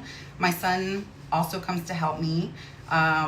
He has been by my side for the last few years. He's gonna be 19 soon, but he is so respectful, and he also helps on removals, and he helps me dress the loved ones. That's what we just got done with now.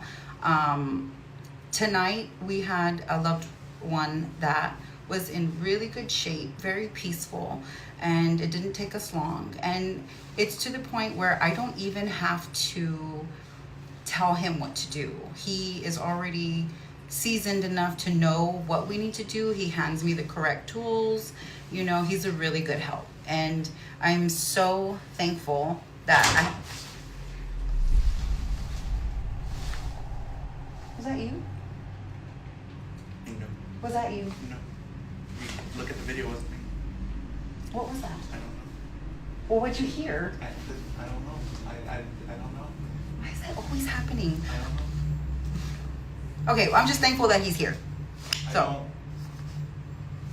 and we're done. So.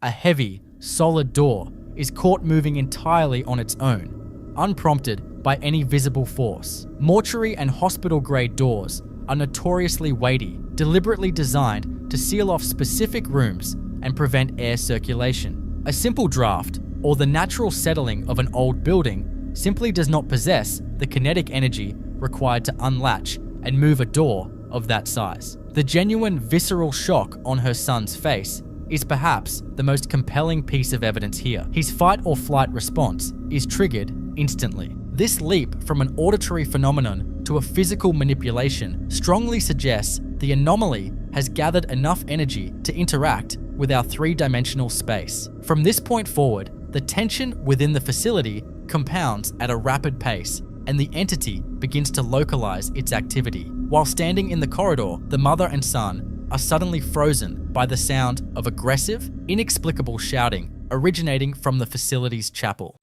Hey you guys, we haven't made a video in a little while, so I just wanted to come on and kind of refresh everybody with just a little mortician tip here. I don't know if everybody's aware.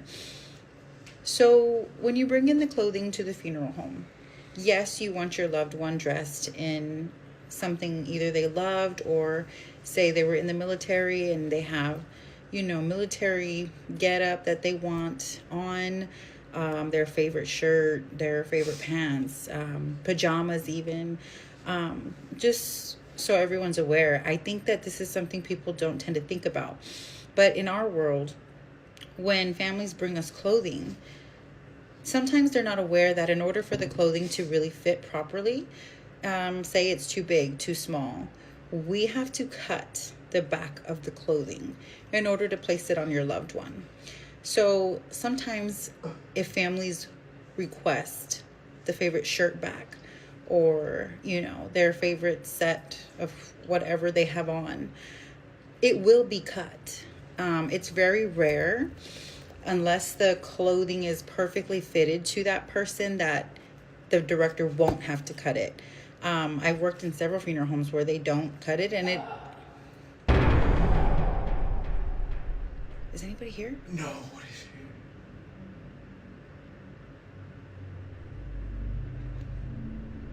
here? Who's here?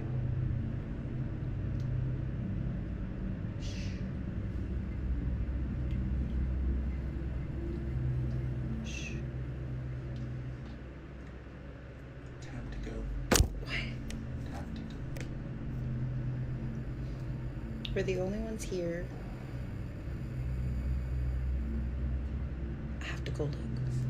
Where's when you videotaped? Okay, let's go. The chapel is the emotional core of any funeral home, the exact room where the living confront their final goodbyes. The voices captured here are not faint whispers caught on a sensitive audio recorder. They are loud, confrontational shouts, echoing from a completely empty room. The aggression in the anomaly is so palpable that her son immediately states they need to leave, a primal instinct that the mother quickly and wisely agrees with. Fear is a natural response, and when an unseen entity begins raising its voice in an empty building, retreating is often the safest protocol. However, the most terrifying escalation occurs on an entirely separate day, proving that the entity is not a fleeting visitor, but a permanent resident. While filming in the facility, another loud, jarring noise emanates from the chapel doors. Rather than retreating this time, the mother and son decide to cautiously approach the room to investigate the source. But whatever is dwelling in that chapel seemingly senses their approach and pushes back with a massive display of power. So we're here working. We were hearing some noises in the chapel, so we actually decided to come in the chapel and make this informative video to see if we could catch any of the noises. So I'm gonna explain what this is on today's mortuary information video. So there are times where we get loved ones who are donors. They're bone donors. They take skin, they take what they can for things that anybody may need, right?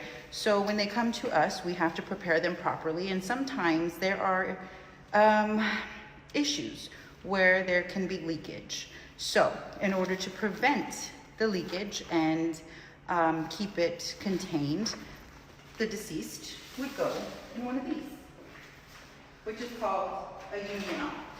A unional contains all of the fluid and I thought I heard something. Contains all the fluid, and it makes sure that while your loved one is being presented in the visitation, we don't have any issues with anything, you know. Okay, let's go see. Because now I'm in the chapel and I'm not. Oh my God. Did the lights go Dude, off? the lights went off right when that happened. You wanna go? It's always when we're recording. It never fails. It's the camera. Anyways.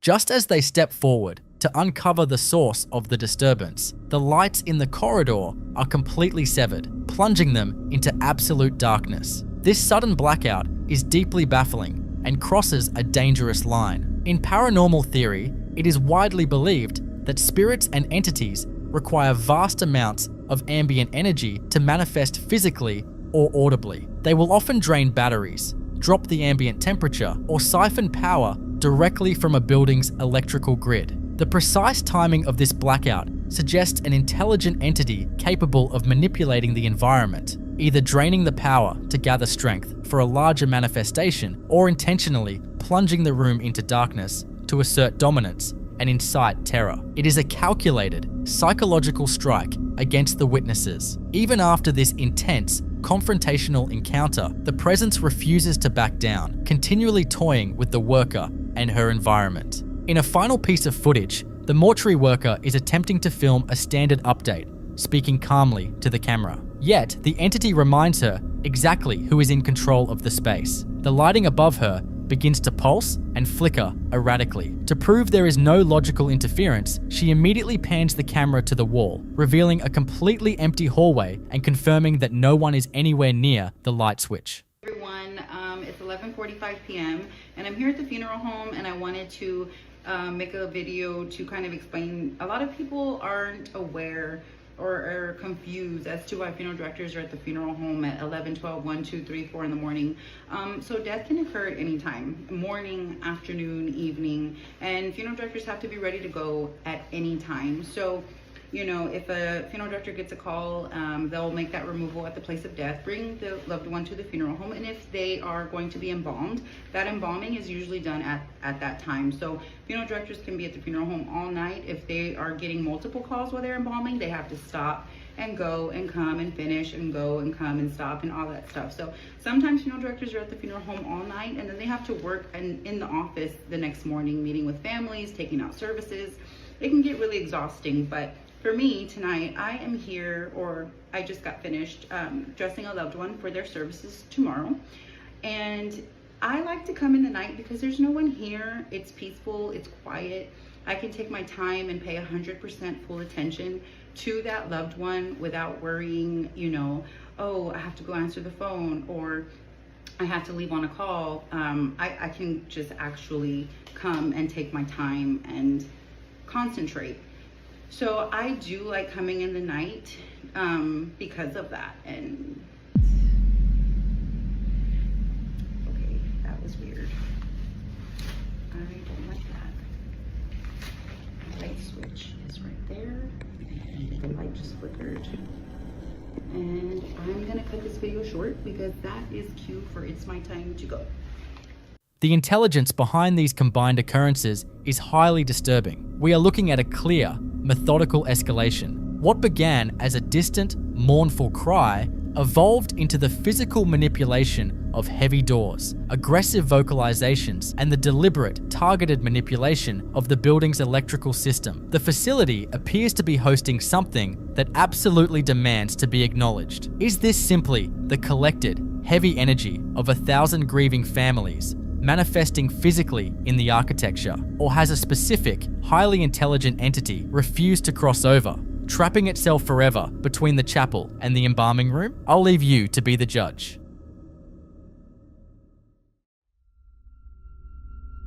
In this next clip, a worker at what appears to be a large cemetery or mortuary complex captures a series of events that suggest he is far from alone during his night shift. According to the man recording, he began documenting the area after noticing small objects being toyed with by an unseen force. Though he speaks in Spanish, the terror in his voice is universal as he repeatedly asks, "Who is there?" The footage begins with a focus on a simple water bottle resting on a flat stone ledge. Take a look.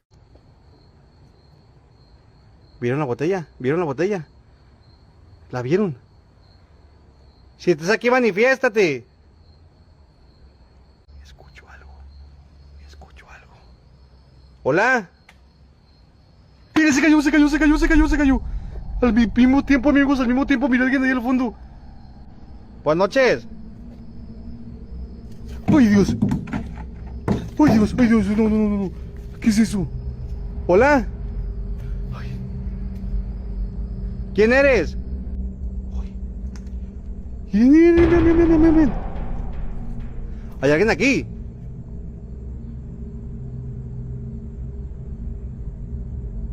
¿Hay alguien aquí?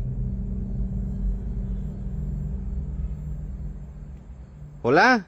The initial movement of the water bottle is unsettling. It doesn't slide as if pushed by a localized draft, but rather shifts with a deliberate jerky motion that suggests a physical grip. As the worker ventures deeper into the narrow corridors between the tombs, the activity becomes more aggressive. A large plastic container is caught on camera falling and tumbling across his path, appearing as though it were violently thrown from the dark recesses of the complex. The anomaly only deepens when the camera pans toward the back of the graveyard, briefly catching a glimpse of a pale, stationary figure standing over a grave in the distance. The most baffling part of this encounter, however, involves the religious iconography present at the site. Among the various items being manipulated, the large cross mounted atop one of the tombs appears to shift and tilt on its own. In paranormal research, the physical movement of heavy, fixed objects, especially those of a religious nature, is often categorized as high-energy poltergeist activity. It suggests an entity capable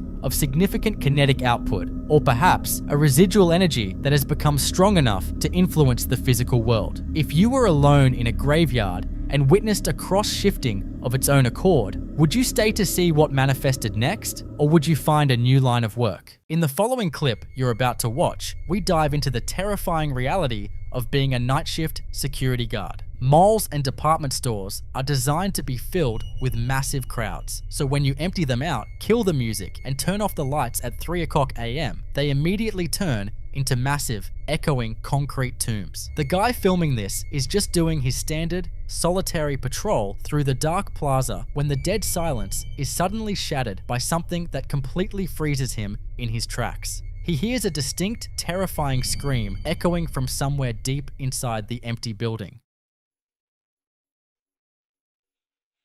Buenas noches, la plaza ya se cerró. ¿Hay alguien aquí? Buenas noches.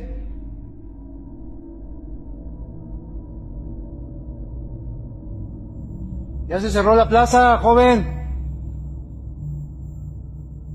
Buenas noches.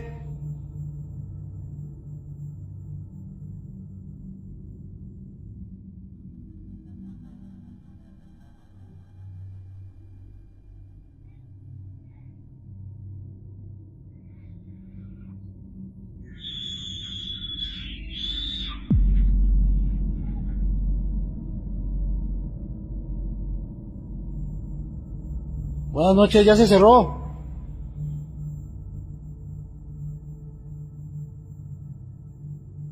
¿Hay algún niño aquí? Buenas noches.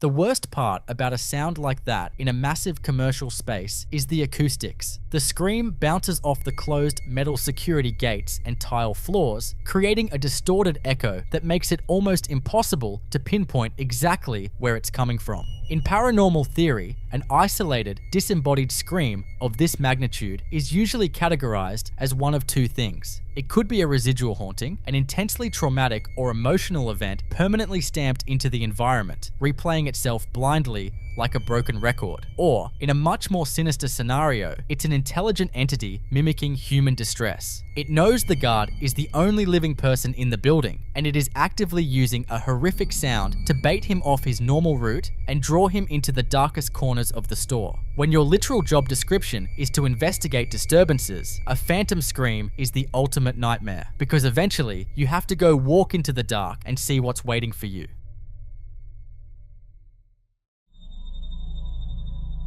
In this next video, we're looking at, or rather listening to, something that has genuinely terrified an entire neighborhood. The person recording is standing near a river in pitch black darkness, and they are capturing this audio in real time. According to the caption, this isn't just an isolated incident, it's actually the third time in 2 years that this strange, inexplicable singing has echoed across the water at night. Take a listen to what these residents are hearing out there in the dark.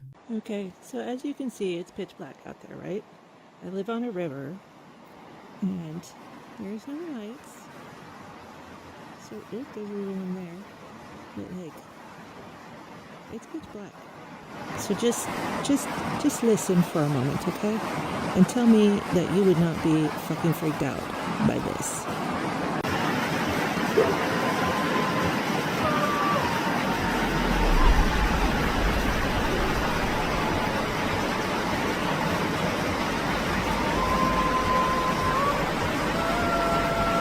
What the fuck?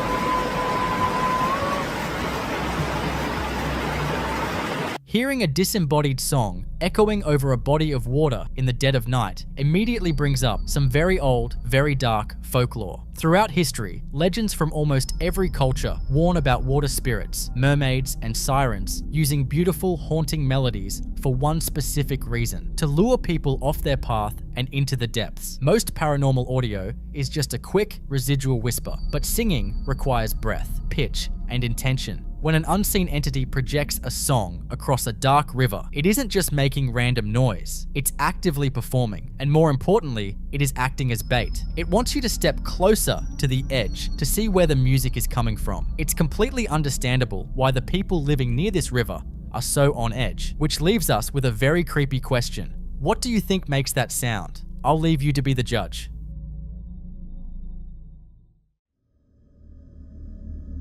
In this next clip, we see exactly why 3 a.m. is universally known in the paranormal community as the demonic hour. The guy in this footage is completely vulnerable, fast asleep on his living room couch. According to the caption, his wife had already been complaining about feeling a strange, heavy presence in the apartment, which is likely why this security camera was rolling in the first place. As you watch this, keep your eyes locked on the deep shadows in the background. Watch very closely.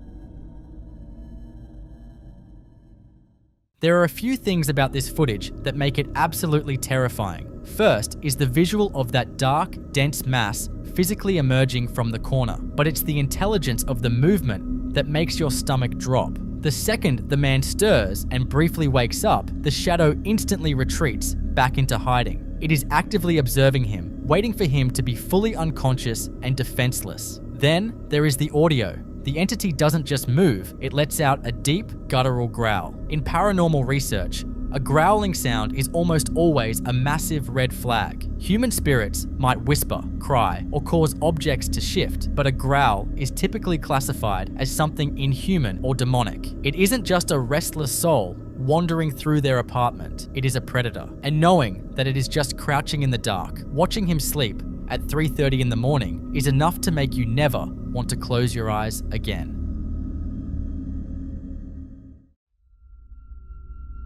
In this next clip, we explore a deeply unsettling and universal fear, being trapped in your bedroom while something unseen is waiting on the other side of your door. The girl filming this is completely alone in her apartment. She explicitly mentions in her caption that all the windows are securely closed, completely ruling out the possibility of a weird cross breeze or draft. But as she sits in her room, the door begins to violently rattle and shake. It isn't a subtle vibration. It moves exactly as if a physical person is standing out in the hallway, aggressively gripping the handle and trying to force their way inside.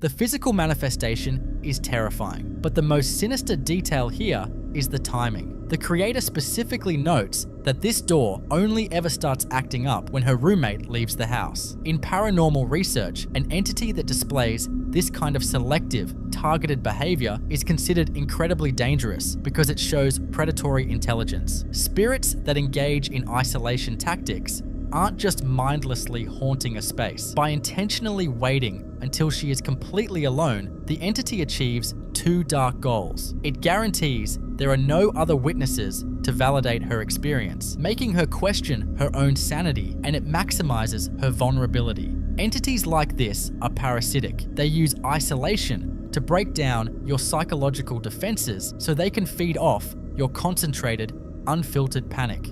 When whatever is living in your house starts intentionally separating you from the herd, it isn't just a haunting anymore, and it is definitely time to break the lease. What would you do if you were in her shoes?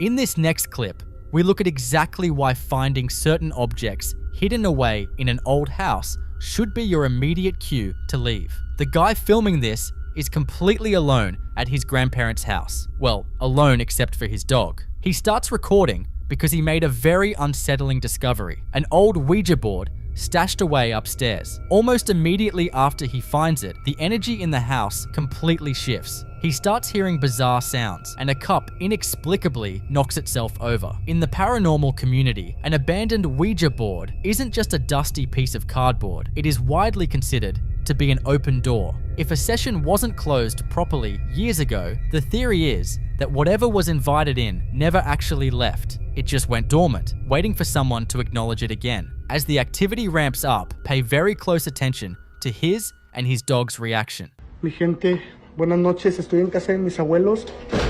En la parte de arriba encontré una ouija, no sé de quién sea. Por eso quería grabar, mi gente. Ustedes están viendo todo. No, hey, ¿quién está aquí? No mames, están aventando los vasos y la puerta. Por favor, Padre nuestro que estás en el cielo, santificado sea tu nombre. Venga a nosotros tu reino. Hágase su voluntad en la tierra como en el cielo. Danos hoy nuestro pan de cada día. Perdona nuestras ofensas. No mames, güey. Vete a la verga. No mames, Padre nuestro que estás en el cielo. Santificado sea tu nombre. Venga a nosotros tu reino. Hágase su voluntad en la tierra como en el cielo. Danos hoy nuestro pan de cada día. Y perdona nuestras ofensas. No. Perdona nuestras ofensas como tal. No mames. No. Vete a la verga porque el control. No, güey, no. There are few things scarier than a dog aggressively barking at an empty room. Animals possess a sensory range that human beings simply don't have. When a dog locks its attention on the top of a dark staircase and goes into guard mode, it isn't barking at nothing. It is barking because something is standing right there, looking back down at them. But the absolute breaking point is when that ball bounces down the stairs. It comes directly from the second floor, the exact same place where he just found the Ouija board. It's a classic, terrifying display of a spirit mocking the living. The sheer, unfiltered panic in his voice as he starts frantically praying the Our Father is completely visceral. He realizes in real time that whatever was left attached to that board is now walking down the stairs to introduce itself.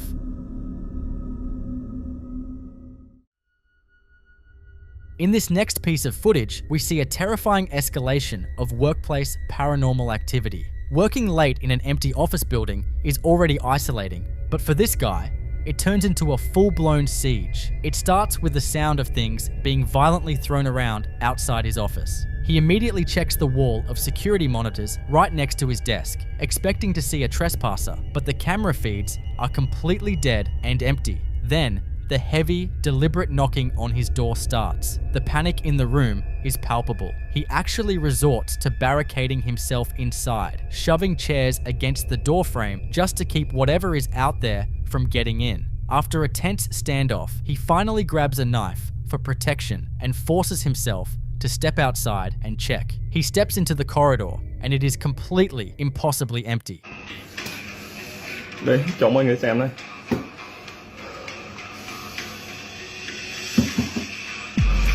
Đó, mọi người nghe chưa?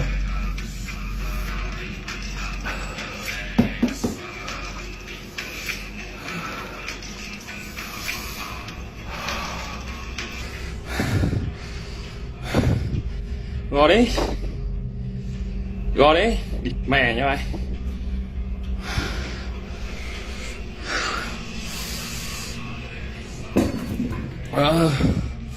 Nó gọt được cửa này luôn này. Con người đâu được, con người lúc này mà mình đi ra mở cửa là thấy rồi à.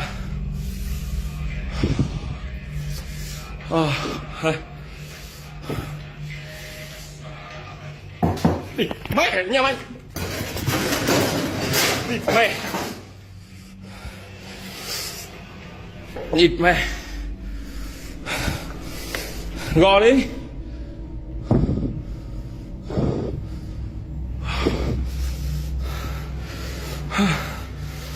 Gò đi, đó. Không có ai mà nó gò cửa này giờ đấy.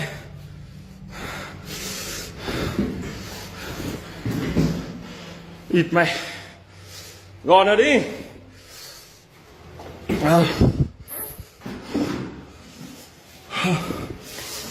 But the nightmare doesn't end just because the hallway looks clear. While he is out there cautiously investigating, the entity starts playing a highly aggressive game of cat and mouse. As he creeps down the corridor, the door to the restroom suddenly swings shut on its own. Startled, he pushes it open and checks inside, only to find another empty room. He turns his back to walk away and continue his search, and the absolute second he looks away, that same door violently slams shut behind him with massive force. Realizing he is completely outmatched by something he can't even see, he retreats straight back to the monitor room to check the cameras again.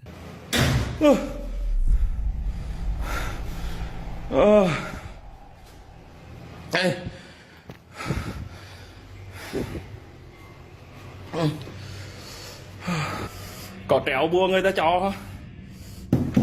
Đây. Hey.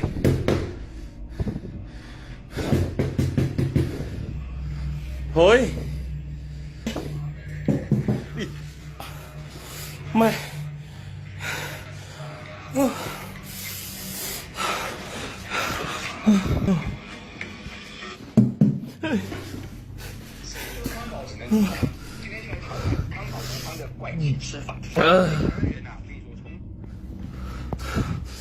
Up until this point, a hardened skeptic might try to blame the slamming doors on a bizarre cross breeze or air pressure in the building. But what happens next completely shatters any logical explanation. The next day, the entity decides it is done just making noise. He is hiding in an office, barely cracking the door open to film the hallway. Look closely at the window frame in the distance.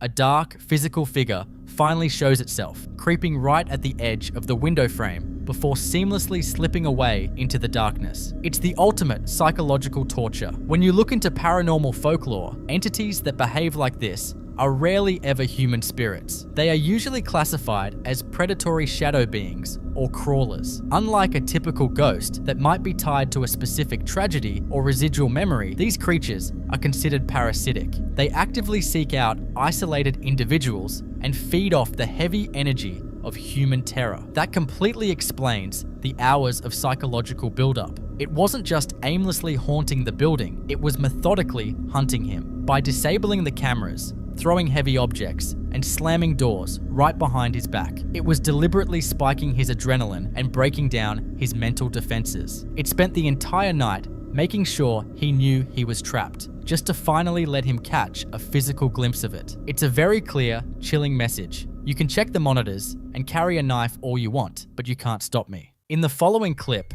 we encounter a scenario that goes far beyond a typical residual haunting. When investigators assess a location, they don't just look for movement or sound. They pay very close attention to environmental and sensory changes. One of the most severe red flags you can experience in your home is olfactory, specifically the sudden, unexplained smell of sulfur or rotten eggs. In the paranormal world, that nasty smell usually isn't just bad plumbing. A lot of people believe it's the physical sign of something really dark and heavy entering our reality. When an entity like that steps into a room, it completely shifts the energy. Keep that in mind and keep your eyes glued to the wall right behind the couch.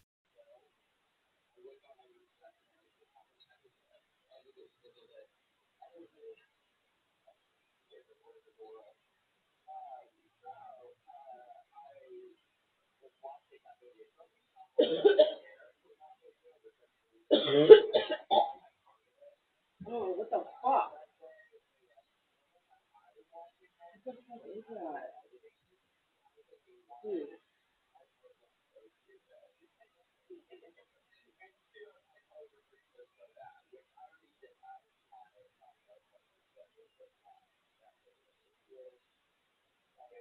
Baby, what took you so long to answer? Dude, the house smells like literally like rotten egg. Like, it literally smells like you forgot to take the trash out or something. Like, I don't know what the fuck is going on, but this shit, like, I'm literally feel like I'm about to puke. I was just taking a nap and the house smells disgusting. Yeah, I'll open the door. I don't know if that's gonna do much though.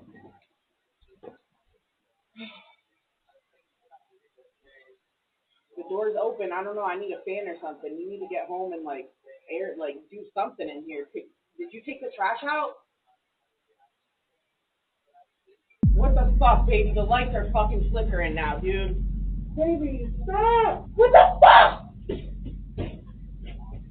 Baby! When an unseen force interacts with the physical world, the choice of what it manipulates tells you everything you need to know about its intentions. Knocking a cup off a table is a simple cry for attention, but deliberately targeting a symbol of faith and physically inverting it is a highly calculated act of mockery. Pulling off a manipulation like that requires a massive draw of raw energy, which perfectly explains the sudden electrical interference and flickering lights right before it happens. It serves a very specific, deeply sinister purpose. The entity isn't just trying to scare the occupants, it is launching a psychological attack designed to strip away their sense of spiritual protection and claim absolute dominance over the space. When things start smelling like decay and the symbols on your wall turn upside down, you aren't dealing with a restless ghost passing through. You are dealing with something deeply malevolent that is actively making itself at home.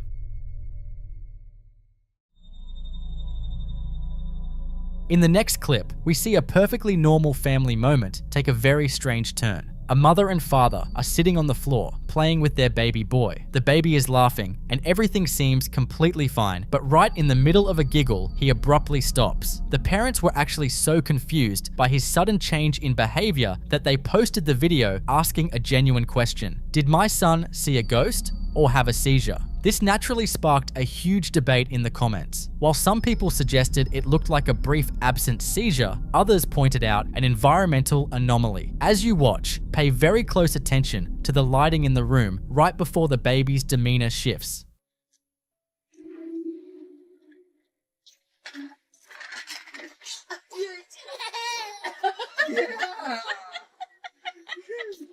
It's so cute.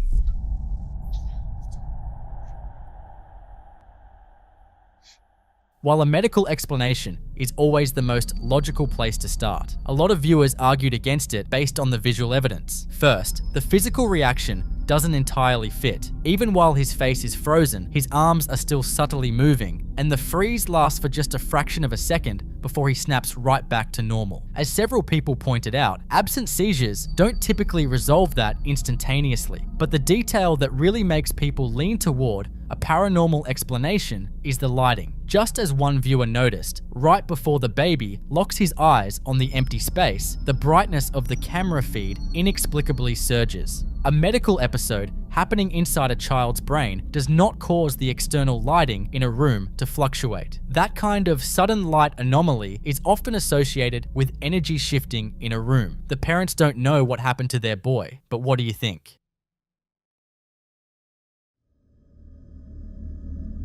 This next clip was filmed in an empty grocery store. You see, there is a very specific, deeply unsettling feeling that comes with working the graveyard shift in a massive empty building. Grocery stores are designed to be packed with people, light, and noise. So when you strip all of that away at 3 a.m., it turns into a maze of dead quiet aisles and harsh fluorescent lights. It becomes the perfect, isolated playground for something that doesn't belong. For a while, the overnight stocker who filmed this had been feeling like he wasn't actually alone in the store. He kept catching quick glimpses of a figure in a white shirt slipping around corners or ducking behind shelves just out of his direct line of sight. It's easy to try and brush that off as simple sleep deprivation, but when he walked out of the back room on this particular night, the entity decided to stop hiding in the periphery and make a very physical, undeniable introduction.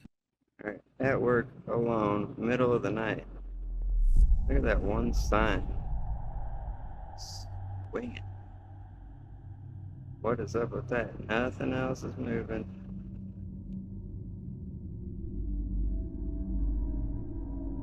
The one sign right there. What's up with that?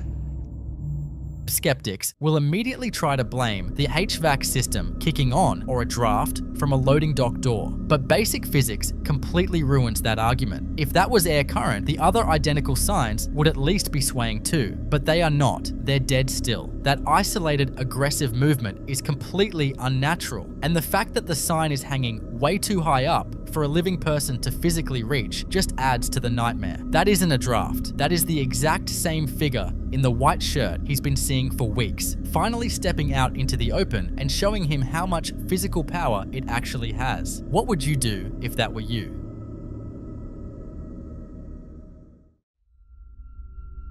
In this next clip, we are dealing with a situation that feels straight out of a horror movie. We've all heard stories about a random electronic toy going off in the middle of the night, usually just because of a dying battery or a weird glitch. But what this creator captured going on in her bedroom completely defies logic. For a while, she kept waking up to the sound of a very specific melody coming from her bedside lamp. But the terrifying part is how the lamp behaves. It doesn't just play randomly, it waits until she is fully asleep, and the exact second she physically gets up or moves around to check on it, the music dead stops. That kind of reaction isn't a mechanical error, that shows awareness. It knows when she's awake and asleep.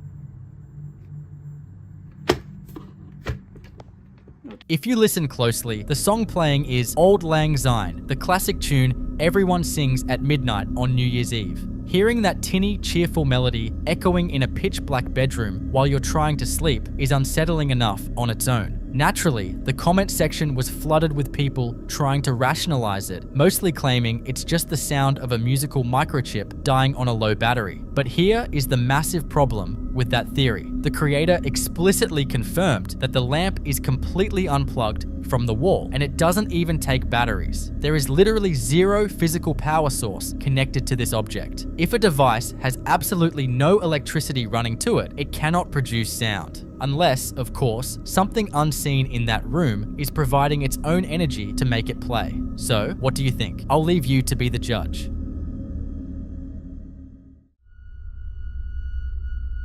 In this next clip, what should have been an exciting fresh start in a new house immediately turns into a nightmare. He has just moved in and is completely alone in the house. He's standing in a dark hallway when the lights start to glitch out and the sliding door at the very end of the hall begins to move. I was moving into my new house.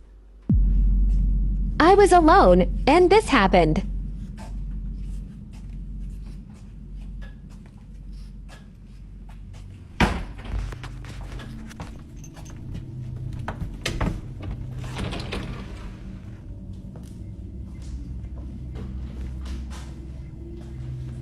Good luck to me.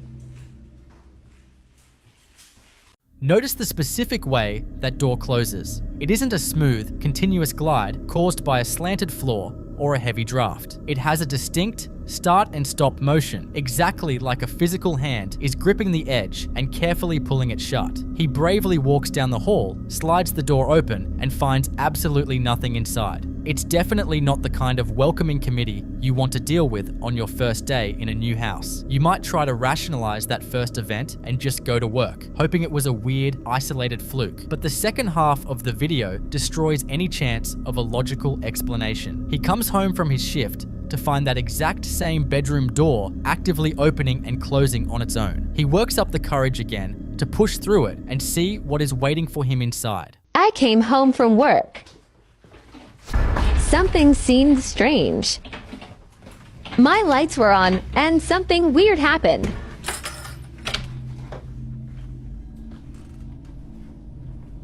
WTF is that thing?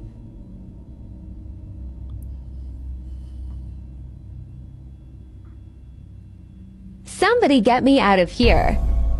The door moving is creepy enough, but finding that vintage clown doll sitting dead center on his bed takes it to a completely different level of terrifying. Remember, he lives completely alone and absolutely did not put that doll there. In paranormal research, objects like old dolls are often viewed as trigger objects, items that can hold significant residual energy or even act as an anchor for an entity. Physically transporting an object like that and placing it directly on where he sleeps while he was out of the house is a massive escalation. It's a very clear, very sinister message from whatever is sharing that house with him. I was in your room and I am waiting for you.